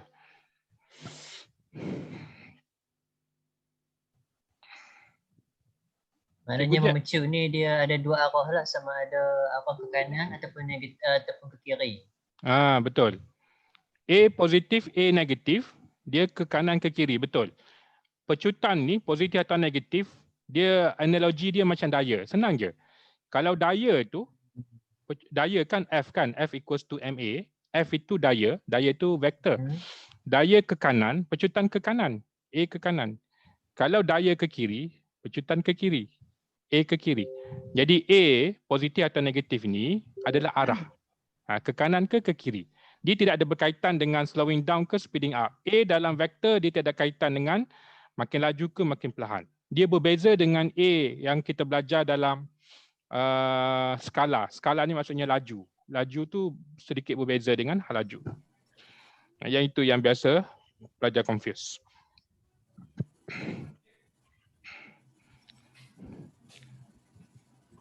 A negatif bukan berarti slowing down.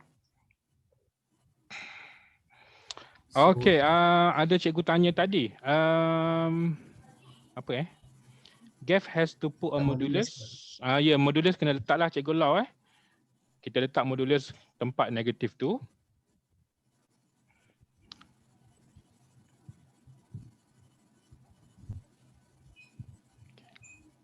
Okey, saya nak sambung beberapa contoh lagi.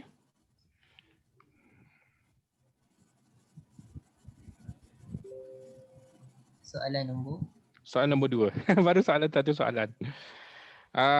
Saya tunjuk dulu soalan nombor. Okey, soalan nombor 2 ni hampir sama dengan soalan nombor 1. Saya tunjuk soalan nombor 3 lah. Soalan nombor 3 saya skip sikit.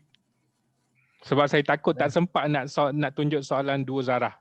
Soalan 2 zarah ni yang kalau nak pening sikit pun soalan 2 zarah lah. Okay. Tapi sebelum kita bagi soalan 2 zarah, 2 particles, saya tunjuk dulu soalan nombor 3. Iaitu dia kata suatu zarah bergerak sepanjang garis lurus melalui titik tetap O. Hal lajunya diberikan oleh V sama dengan 8/4T dengan keadaan T ialah masa dalam saat selepas meninggalkan O. Bermaksud apa? Bermaksud ketika T kosong dia berada di O. Sebab T bermula selepas meninggalkan O. Jadi ketika T kosong, sebelum masa bermula tu T kosong, dia berada di O. Sesaran dia adalah kosong. T kosong S kosong lah.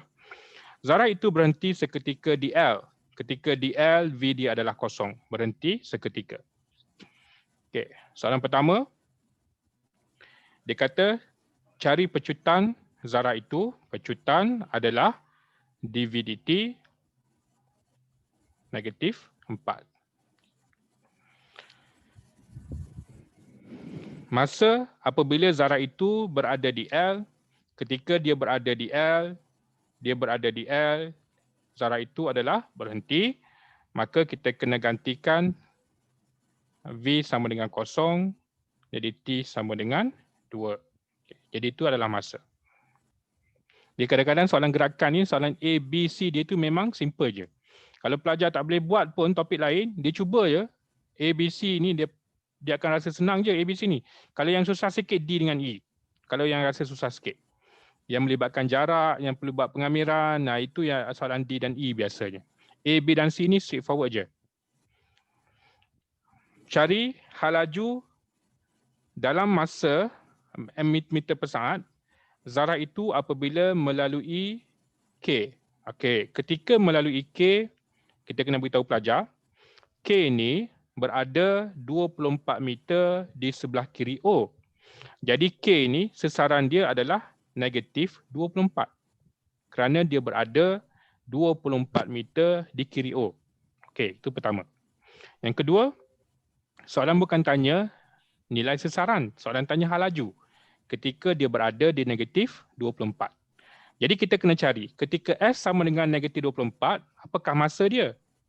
Sebab masa ni yang kita perlu untuk cari nilai V. V tu kita dah ada, dia punya fungsi. Cuma kita nak ganti nilai T dia tu. T dia kita tak ada. Kena cari nilai T. Macam mana nak cari nilai T? Kita kena cari ketika S negatif 24, T dia berapa? Itu adalah yang kita kena cari. Okey, persoalannya sekarang, macam mana nak cari T ketika S sama dengan negatif 24? Sebab apa? Kita tak ada lagi fungsi S. Jadi kita kena cari dulu fungsi S. Fungsi sesaran. Fungsi sesaran, kalau diberi V nak cari S, kita kena kamirkan V tadi. Jadi kamirkan 8 tolak 4T dt. Kamirkan V terhadap T lah, V dt. Kamirkan dekat sini. Pengambilan tidak tentu, kena tambah C dekat belakang. Jadi 8T tolak 2T kuasa 2 tambah C. Okey, C ni adalah sesaran awal. Sesaran ketika T kosong. Sebab apa? Ketika T kosong, ini akan jadi kosong. Kita ganti T kosong, maknanya sebutan yang ada T itu akan bertukar jadi kosong. Tapi di manakah dia berada? Okay. T kosong, S kosong. Kita dah ada tadi. T kosong, S kosong. Daripada ayat dekat atas, yang mana T bermula selepas meninggalkan titik O. Dan sesaran tu daripada titik O. Bermaksud T kosong, S kosong. Jadi sebenarnya dekat sini, ketika T kosong, S kosong bermaksud C kosong. Jadi S kita sebenarnya adalah 8T tolak 2T kuasa 2. Sekarang kita dah dapat fungsi sesaran dengan cara kita buat pengamiran hal laju terhadap masa dan menentukan sesaran awal dengan cara ganti T kosong, S berapa? S kosong. T kosong, S kosong dapat C, C kosong. Dia tak semestinya T kosong, S kosong, C kosong. Kadang-kadang soalan dia boleh jadi berbeza.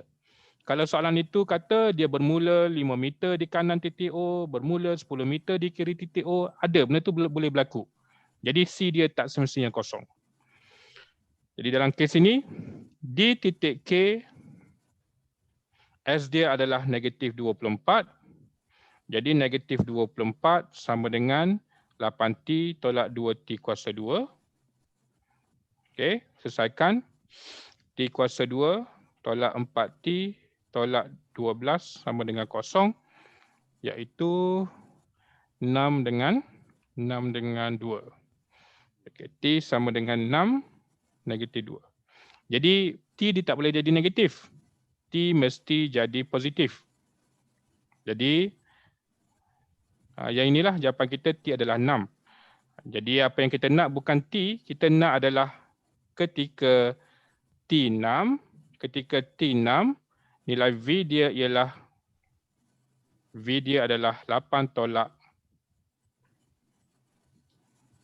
6 darab 6, 8 tolak 6T, 8 tolak 4T, 8 tolak 4T, 8 tolak 24, negatif 16. Jadi hal laju dia adalah negatif 16. Okay. Harapnya cikgu-cikgu jelas. Apa yang saya tunjuk A, B, C ni saya tunjuk laju sikit. Okey tak cikgu? Okay. Digest. Okey. Macam saya cakap tadi, A, B dan C ni biasanya masih manageable lah untuk pelajar-pelajar, masih manageable. Yang D ni yang kita kena cuba permudahkan. Kita tak nak pelajar kata tak buat langsung sebab takut pengamiran. Tapi kalau boleh dapat full mark, is the best lah. Dapat full mark lah 10/10. Tapi apa yang saya beritahu pelajar, awak jangan tinggal tapi buat dengan cara walaupun nampak macam shortcut, macam menipu, tak apa, buat je untuk dapatkan. Kalau dapat 2 markah, dapat 1, dapat 9/10, is okay. Jumlah jarak yang dilalui oleh jarak zarah itu dari O ke K melalui L. Maknanya dia nak daripada O pergi ke L sampai ke K. Dia nak semualah total distance travel. Okey, kalau kita dah ada benda ni, sebenarnya diagram ni kita dah ada, kita boleh cari dengan mudah menggunakan diagram. Macam mana? Kita boleh cari S sama dengan berapa dekat sini. Bila kita dah ada S sama dengan berapa dekat L, kita boleh cari total dia punya distance. Sebagai contoh, saya tunjuk kaedah pertama, iaitu dekat L ni, saya tunjuk kaedah alternatif. Di L ini, dia punya masa dia adalah, dia kata berhenti di L. Berhenti di L. Berhenti di L kita pun dah kira tadi. T sama dengan 2. T sama dengan 2. Jadi dia punya S itu sama dengan berapa? S adalah 8 darab 2 tolak 2 kuasa 2. 2 kuasa 2. 16 tolak 8 sama dengan 8. Jadi L ini sebenarnya adalah 8 meter di kanan O. Kat sini adalah 8 meter. Dekat sini 24 meter. Jadi nak cari total distance 8 tambah 8 tambah 24. Okey, jadi jarak ialah 8 tambah 8 tambah 24. Iaitu 36. 16. 16. Okey, betul tak ni? 16 40 ke 30? 8, 16. Betul. 40 Ya. betul, ni 40. Okey, so ini cara yang termudah untuk soalan ini. Sebab apa? Sebab kita dah ada distance antara KO ke K, kita dah ada. Kita just kena cari L tu berada dekat mana je, berapa meter di kanan. Sebab dari O pergi L, dari L patah balik ke O, kemudian O ke K. Itu dia punya gerakan dia lah. Bila dia dah ada jarak daripada O ke L, kita dah boleh cari total travel distance lah. Tapi kalau pelajar rasa dia tak nampak kaedah ni, definitely kita boleh guna kaedah kedua.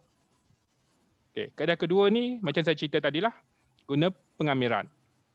Kaedah kedua dalam kes ni panjang sikit, tapi kalau pelajar tak nampak cara pertama, dia boleh guna cara kedua. Iaitu daripada mana ke mana, masa dia adalah daripada 0 ke berada di K adalah 6. Jadi 0 ke 6. 0 ke 6. Dia berhenti ketika dekat 2. Dia berhenti tadi dekat L. L itu adalah masa dia 2. Jadi kita kena buat pengamiran, jarak kena buat pengamiran daripada 0 ke 2. 0 ke 2. 8 tolak 4T. Kemudian daripada 2 ke 6.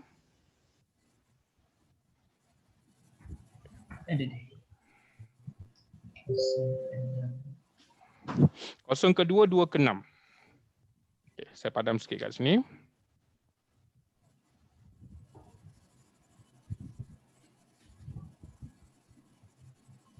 Kosong kedua, 2 ke 6. Dan tinggalkan space. Pelajar saya suka guna kalkulator lah. Jadi dekat sini, mereka akan masuk kalkulator. Pengamiran 8 tolak 4 alpha X.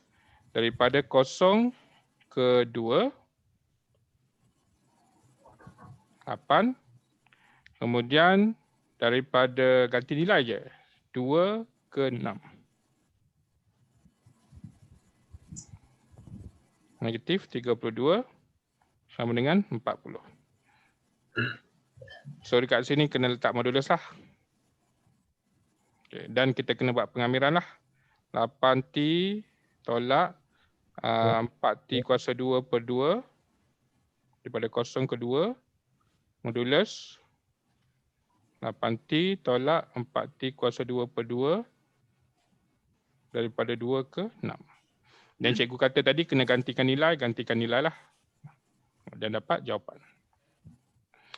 Jadi ada dua kaedah untuk dapatkan jarak. Kita ajar dua-dua kat pelajar kita supaya mereka tahu. Kadang-kadang ada cara tak payah guna pengamiran pun. Contohnya macam ni lah. Yang mana gambar rajah tu dah membantu dah. Dia dah bagi 24 siap-siap. Maknanya kita dah settle half of the distance tu dah covered dah. Kita just cari satu bahagian je, iaitu daripada O ke L je yang kita kena cari. Jadi O ke L tu adalah sesaran. Carilah sesaran itu. Okey.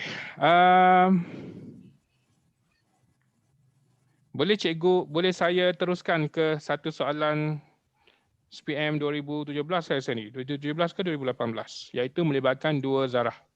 Saya teruskan 17 ni Okey. Ada apa-apa tak soalan nak tanya daripada contoh nombor 3 tadi? Faham.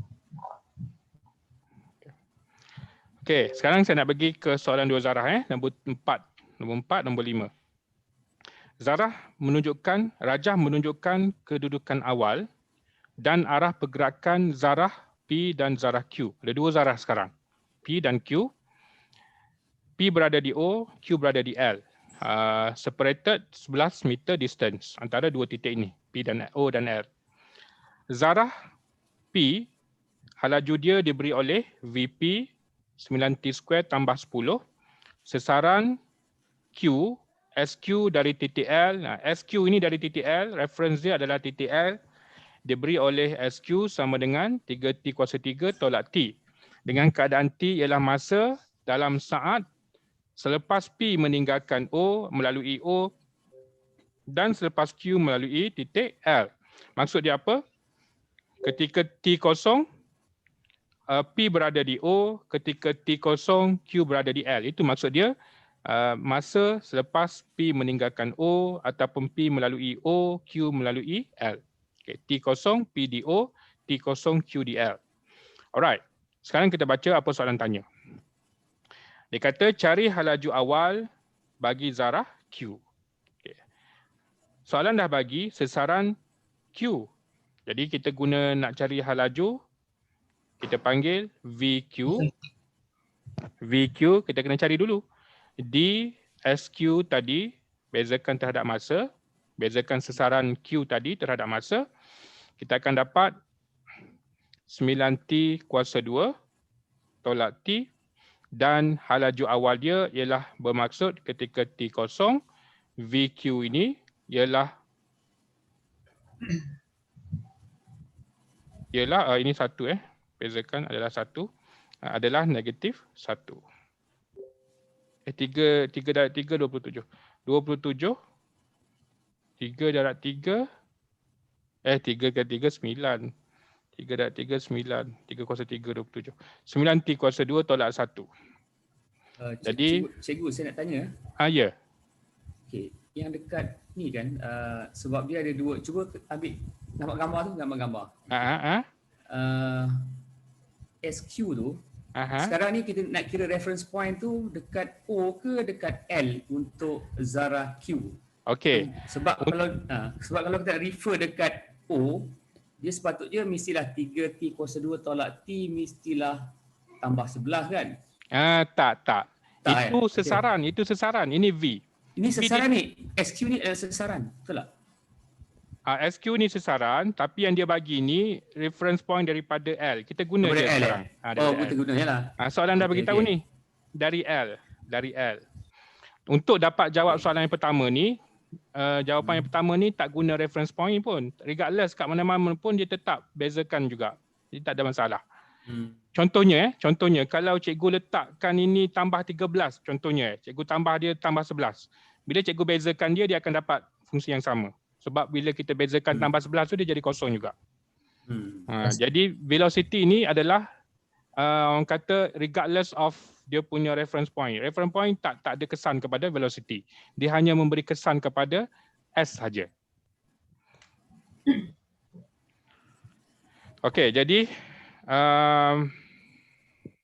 inilah untuk soalan pertama. Soalan kedua dia kata cari jumlah jarak zarah Q dalam 2 saat yang pertama. Okay. Yang ini zarah Q ni adalah mula-mula sekali saya suka guna cara pengamiran lah. Okay, pengamiran daripada T0 ke T2. Kita nak kamirkan VQ ni daripada 0 ke 2. Ada tak dia berhenti di mana-mana? Adakah dia berhenti dekat mana-mana? Cara nak tahu dia berhenti dekat mana-mana, kita akan buat VQ sama dengan 0 lah.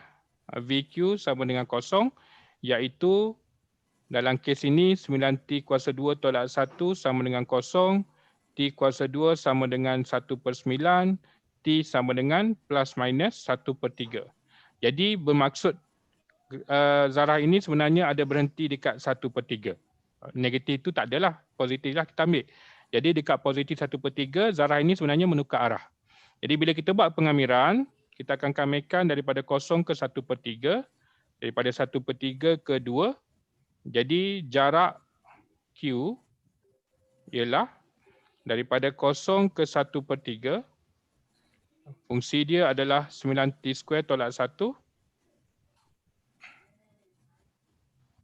Dan daripada 1/3 ke 2, 9t² tolak 1 dt.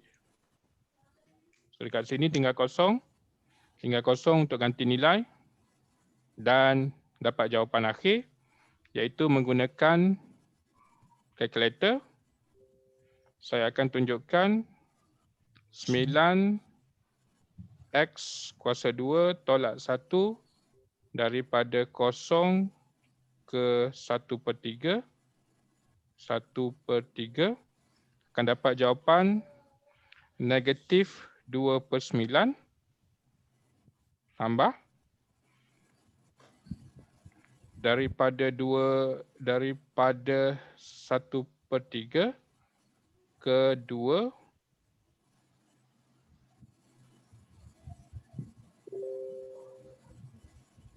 ini 1/3 ke 2 dapat 200/9.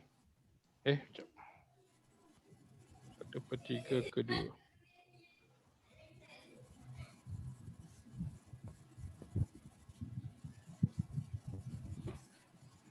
Okey, tambah dengan 2/9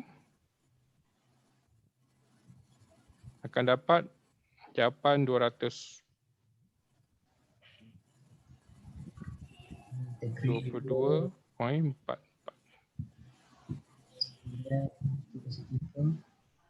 22/4/9 22/4/9.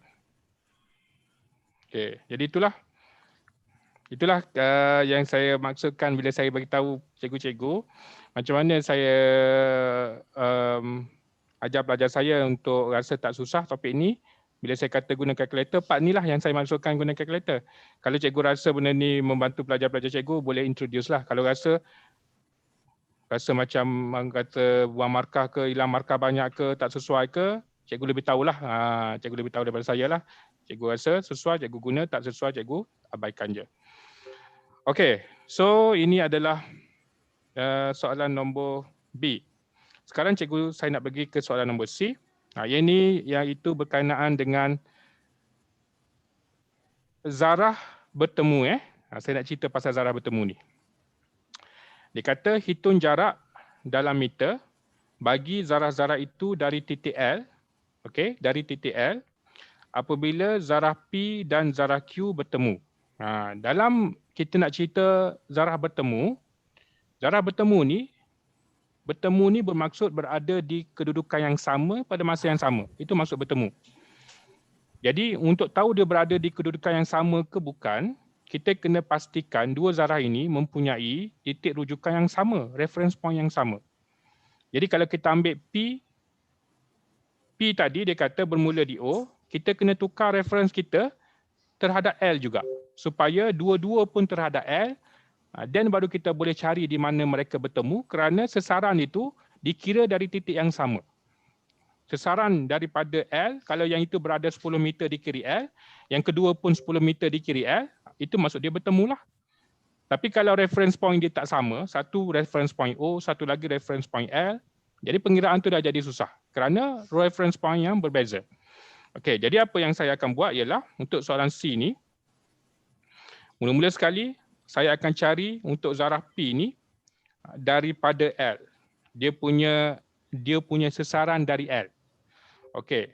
P daripada L ialah SP. SP adalah saya kena kamekan ini. 9 kamekan 9T kuasa 2 tambah T dt. Kamekan ya, kamekan dia punya VP kami 10 tambah 10 dt. Betul, 9T kuasa 2 tambah 10. Okey. Kamikan dekat sini saya akan dapat 3T kuasa 3 tambah 10T tambah C. Okey, reference point adalah dari L. Dari L. Jadi objek ini asalnya ketika T kosong dia berada 11 meter di kiri L. Negatif 11. jadi negatif 11. Jadi SP kat sini adalah 3T kuasa 3 tambah 11 tambah 10T tolak 11. Jadi SP ini adalah daripada L. Kita tukar reference point dia walaupun soalan kata bermula di O, tapi disebabkan kita nak cari dia berjumpa dengan Q dekat mana, P ni kita samakan dengan reference point Q juga. Okay. SQ kita dah ada, jadi bertemu, bila mereka bertemu, SP sama dengan SQ. Dia akan berada di tempat yang sama, bermaksud sasaran dia sama. Jadi 3T kuasa 3 tambah 10T tolak 11 sama dengan SQ kita berapa tadi? SQ kita adalah 3T cube tolak T. 3T cube tolak T. Jadi selesaikan ketaksamaan ini. Kita akan dapati dekat sini 11T sama dengan 11. T sama dengan 1. Mereka bertemu ketika T sama dengan 1. Okay, T sama dengan 1. Jadi, dekat mana T sama dengan 1 mereka berada, ambil dari mana-mana. Saya ambil SQ, ambil SP pun boleh dapat, ambil SQ pun boleh dapat. Gantikan T sama dengan 1. Jadi 3, 1 kuasa 3 tolak 1. 3 tolak 1 adalah 2. Jadi sebenarnya objek itu berada 2 meter daripada titik L. Di sebelah kanan lah. Dia sebenarnya objek itu bertemu di sini. Ini adalah tempat dia bertemu. P dengan Q bertemu di sini. Iaitu 2 meter di kanan L.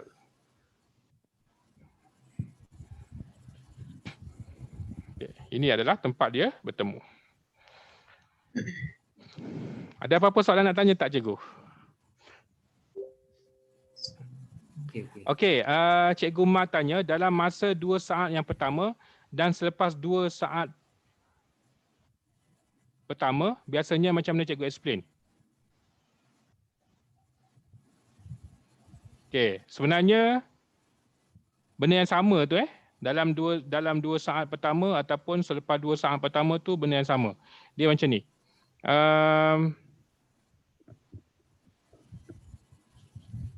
Selepas 2 saat ataupun dalam 2 saat pertama tu sebenarnya setakat saya faham benda yang samalah. Kat mana yang boleh keliru kat situ?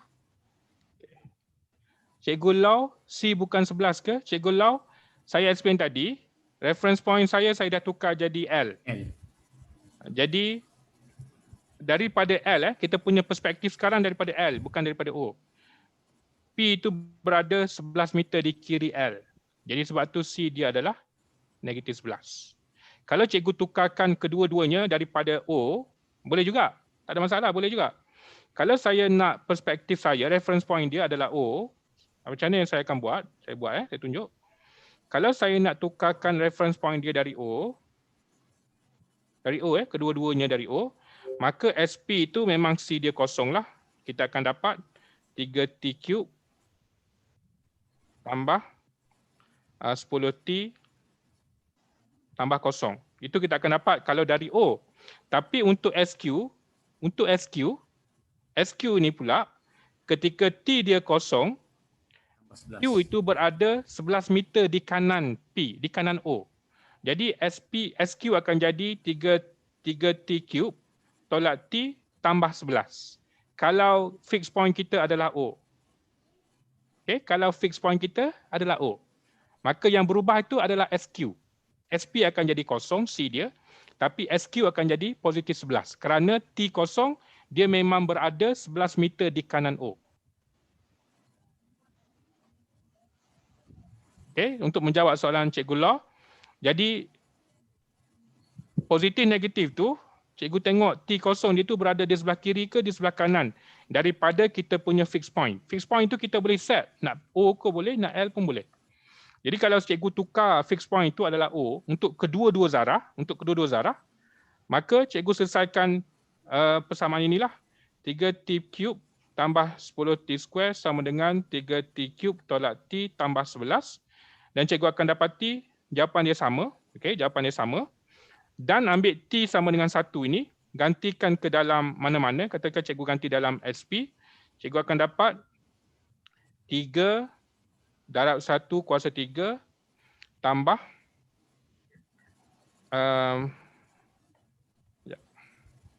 tambah 10 10 darab 1, 10 darab 1 akan jadi 13 kat sini. 13 ni daripada mana? 13 daripada O.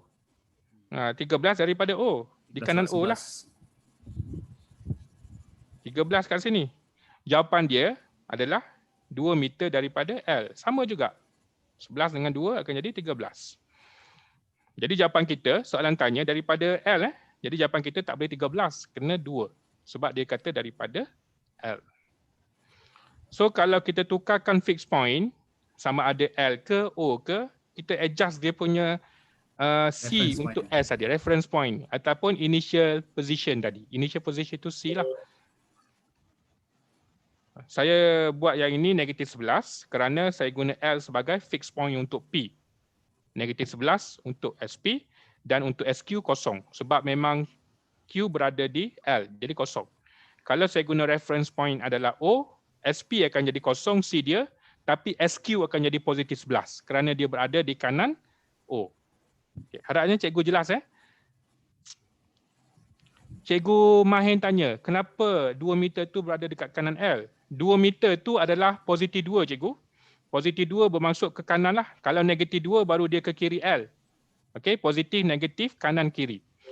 Jawapan positif 2 bermaksud 2 meter di kanan L. Okey, Cikgu Bahiakram tanya, cikgu tolong jelaskan semula kenapa initial point kena sama if zarah bertembung. Okey, macam ni Saya akan beritahu cikgu, saya akan beritahu pelajar saya lah. Saya ada fixed point O. Katakan dekat somewhere sini, dua zarah itu bertembung. Dia berada di satu tempat yang sama. Okey, berada di dua tempat yang sama. Macam mana kita nak cari tempat yang sama itu? Kita ada S untuk P, kita ada S untuk Q.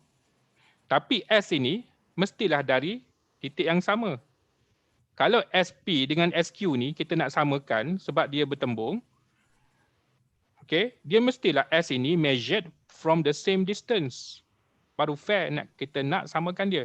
Kalau yang P ni daripada O, kemudian Q ni daripada titik lain, kalau kita samakan dia, tak sama, dia takkan jadi sebab SP ni daripada sini, SQ daripada sini. Macam mana dia nak jadi sama? Dia sebenarnya boleh lah, kita boleh buat adjustment. Kita boleh buat adjustment kat belakang, tapi lebih complicated kalau nak buat macam tu, lebih complicated. Paling senangnya, supaya kita boleh cari di mana dia bertemu, kita akan samakan S. That S must be referred to from the same point. Sebab S ini adalah distance from a fixed point. Kalau fixed point itu tak sama, jadi tak boleh nak cari tempat dia bertemu. Harapnya jelas Harapnya saya cuba jelaskan. Ataupun Cikgu Bahri nak tambah macam mana nak bantu pelajar faham konsep ni. Cikgu Bahri actually sama juga saya punya penjelasan sama dengan Cikgu Aizuddin. Sebab kalau kita tengok logik pun, sebab sesaran ni zarah tu boleh pusing-pusing ke sana lah, kemari lah, belok kiri, bukan belok kiri lah, ke kanan atau ke kiri. Tetapi eventually kalau dia bertemu mestilah pada satu titik. Tapi kalau kita nak qualify dia bertemu pada satu titik, mestilah from the same reference. So itu je logik dia. So sama je actually saya beri penjelasan dengan Cikgu Aizuddin. Sebab tu saya tanya yang mula-mula tadi, sesaran tu bila saya explain sesaran tu, memang most of the time ke kanan tu adalah positif. Tapi dalam kes ni tak semestinya. Kalau kita ambil reference point tu daripada sebelah kanan, kan, SQ tu reference point ni dah berubah lain kan, negatif 11. Negatif 11 Betul kan? Kalau kita ambil L sebagai reference point, maka Q tu kalau kita ambil O sebagai reference point untuk Q, dia akan jadi positif 11 sebab dia berada di kanan. Dia berada di kanan.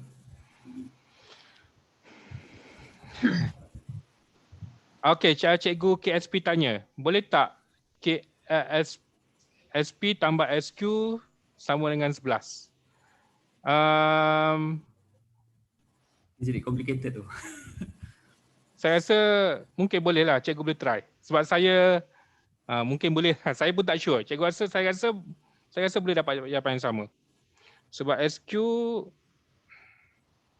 SP tambah 11. Benda yang sama kot. Mungkin boleh? Okay, saya pun tak boleh nak jawab macam saya tahu semua. Saya tahu yang saya faham saya jawab yang saya faham. Kalau cikgu rasa try dapat jawapan yang sama then maksudnya boleh lah. Sebab kita punya pemahaman kadang-kadang berbeza tapi benda yang sama, benda dua-dua betul. Saya Cikgu Bahrin faham macam ni. Mungkin cikgu Sebab faham. soalan ni saya tengok daripada jawapan, saya confused. So saya guna cara macam ni. Saya ambil daripada reference sama, lagi senang nak faham. Saya pun sama. Saya pun baca jawapan marking scheme saya pening. Saya pening, tak faham. Tapi dapat jawapan yang sama, betul. Cikgu explain, dapat Cikgu Zul. Cikgu Zul mungkin boleh explain. Cikgu Zul, bukan mic Cikgu Zul. Cikgu Zul ni paling expert lah. Okey, kalau kita pergi satu lagi soalan boleh tak? Untuk 15 minit terakhir ni. Soalan terakhir Last question. Okay, last question nombor 5. Saya buat very quickly. Ini pun soalan 2 zarah lagi. Saya rasa 2018 kot yang ni. Dia 2017, 2018 memang keluar 2 zarah. Kalau SPM 2017, 2018 keluar 2 zarah. 2 zarah P dan Q bergerak di sepanjang suatu garis lurus dengan keadaan sesaran zarah-zarah itu dari titik tetap O. Okey, kali ini 2 zarah itu dari titik yang sama. Sesaran dia dua-dua daripada titik yang sama. Berbeza dengan yang tadi. Zarah P bermula dari A dengan SP sama dengan 10 tambah 8T tolak 8T square. Dan pada masa yang sama, SQ bermula dari titik B dengan sekian. Tapi kita kena tahu bahawa SP dan SQ diukur dari titik O. Dia mempunyai titik referens yang sama. Jadi soalan tanya, cari jarak antara A dan B. A dan B ni adalah titik dia bermula. Titik dia bermula bermaksud ketika T kosong, zarah yang pertama tadi iaitu SP berada di 10 tambah 8 darab kosong tolak 8 kosong kuasa 2, kita akan dapat 10 meter dari kanan titik O. Itu maksud dia. SP titik T kosong maksud dia berada 10 meter di kanan titik O. Dan ketika T kosong, SQ adalah negatif 12. Okay, negatif 12. Okay, nak bagi pelajar nampak, ini kosong, dekat sini 10, ini titik A, SP berada di A. P bermula dari A, okey. Dan ini adalah B, iaitu 12 meter di kiri. 12 meter, 10 meter. Jadi jarak AB ialah 22 meter. Jarak ni distance negatif positif tu arah kiri kanan, di kiri di kanan. Tapi dia punya jarak titik ke titik tu adalah kita tambah je. Positif 8 tambah dengan 10 dengan 12. Okey, ini adalah A. Soalan B, cari masa apabila kedua-dua zarah itu berselisih. Dalam kes ini, kedua-duanya mempunyai reference point yang sama. Dia tak macam kes tadi. Jadi kita tak payah buat pertukaran apalah. Kita terus ambil SP sama dengan SQ kerana S-nya daripada O. Dua-dua daripada O, kita pun selesaikan. 6T kuasa 2 tolak 9T tolak 12. Okay, selesaikan. Okey, boleh selesaikanlah. Dapatnya T sama dengan sekian dan sekian. Okay. Kena selesaikan juga jawapan tak ada. 16T kuasa 2, 14T kuasa 2 tolak 9 tolak 8 tolak 17T tolak 12 tolak 10 tolak 22 sama dengan kosong. Okay. Jadi saya pun terpaksa guna kalkulator.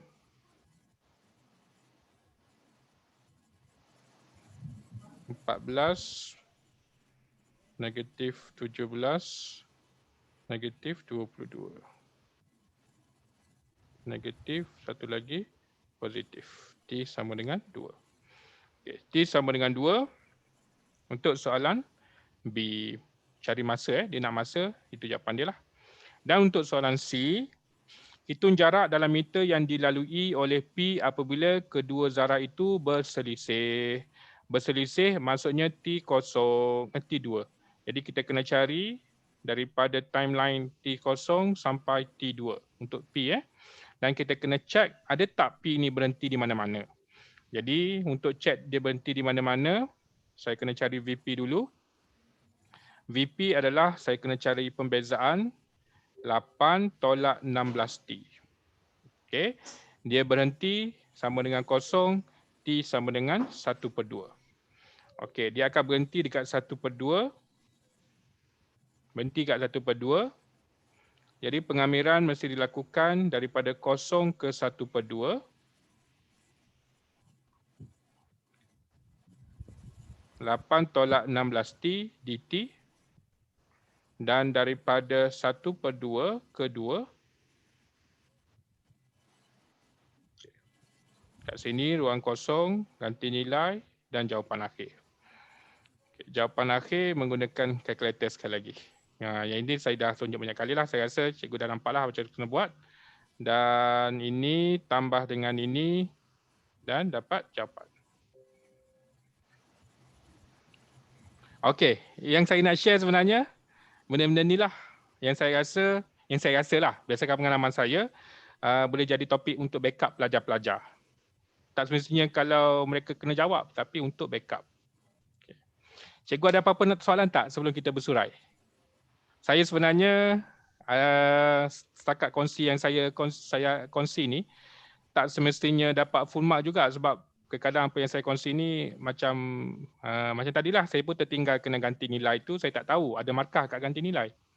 Jadi Cikgu Zul beritahu, rakan-rakan dah beritahu, maknanya saya ada belajar something lah daripada sesi kita malam ni. Terima kasih. Kalau tak ada apa-apa soalan, okey, Cikgu Zul tanya. VP linear, kalau lakar graf tak perlu pengamiran, hanya perlu cari luas segitiga. Ya betul. Betul Cikgu Zul. Kalau VP linear, kalau pelajar boleh lakar graf lah. Kalau pelajar boleh lakar graf, kita boleh dapat luas segitiga terus kat sini. Okay, ini adalah segitiga. Tapi itu melibatkan lakaran graf lah. Pelajar kena lakar graf. Lakar graf dia pun tak susah pun. Dia punya pitasan Y dia 8. Dia punya kat sini, boleh dapat lah. Dia punya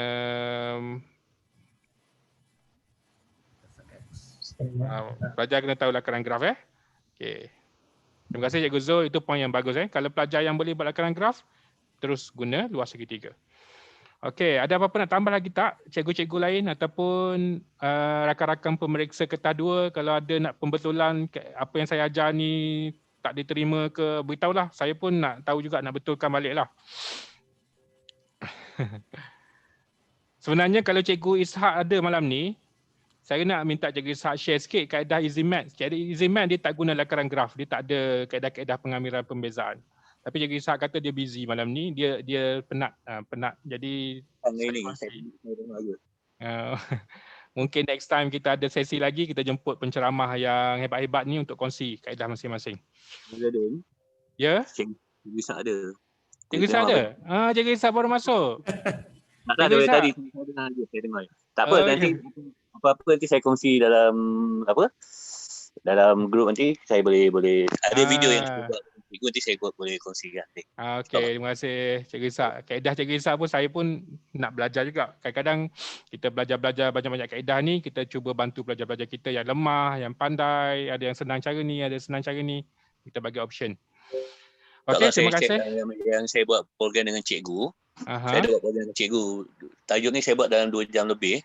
InsyaAllah nanti saya tengok kalau saya boleh kongsi, saya kongsikan nanti. InsyaAllah. Okey, terima kasih cikgu. Okey, terima kasih semua cikgu-cikgu yang sudi luangkan masa 2 jam malam ni. Saya minta maaf segala kekurangan Kalau ada lagi topik-topik akan datang, kita akan beritahu masa ke semasa lah. Bukan saya sajalah yang mengajar. Saya rasa ada ramai cikgu-cikgu pun willing nak berkongsi ilmu masing-masing. Saya sebagai pemula, starter je. Lepas ni mungkin ada sifu-sifu lain akan sambung topik yang seterusnya. Okey, terima kasih semua. Kita jumpa lagi. Dan siapa yang nak rakaman video kelas malam ni, saya rasa tak ada apalah, rakaman video pun rasa tak ada apa menarik. Kalau ada yang nak, boleh PM saya lah. Itu saja. Assalamualaikum warahmatullahi wabarakatuh. Kita jumpa di lain kali. Waalaikumsalam warahmatullahi wabarakatuh. Thank you semua. Terima kasih semua. Thanks sir.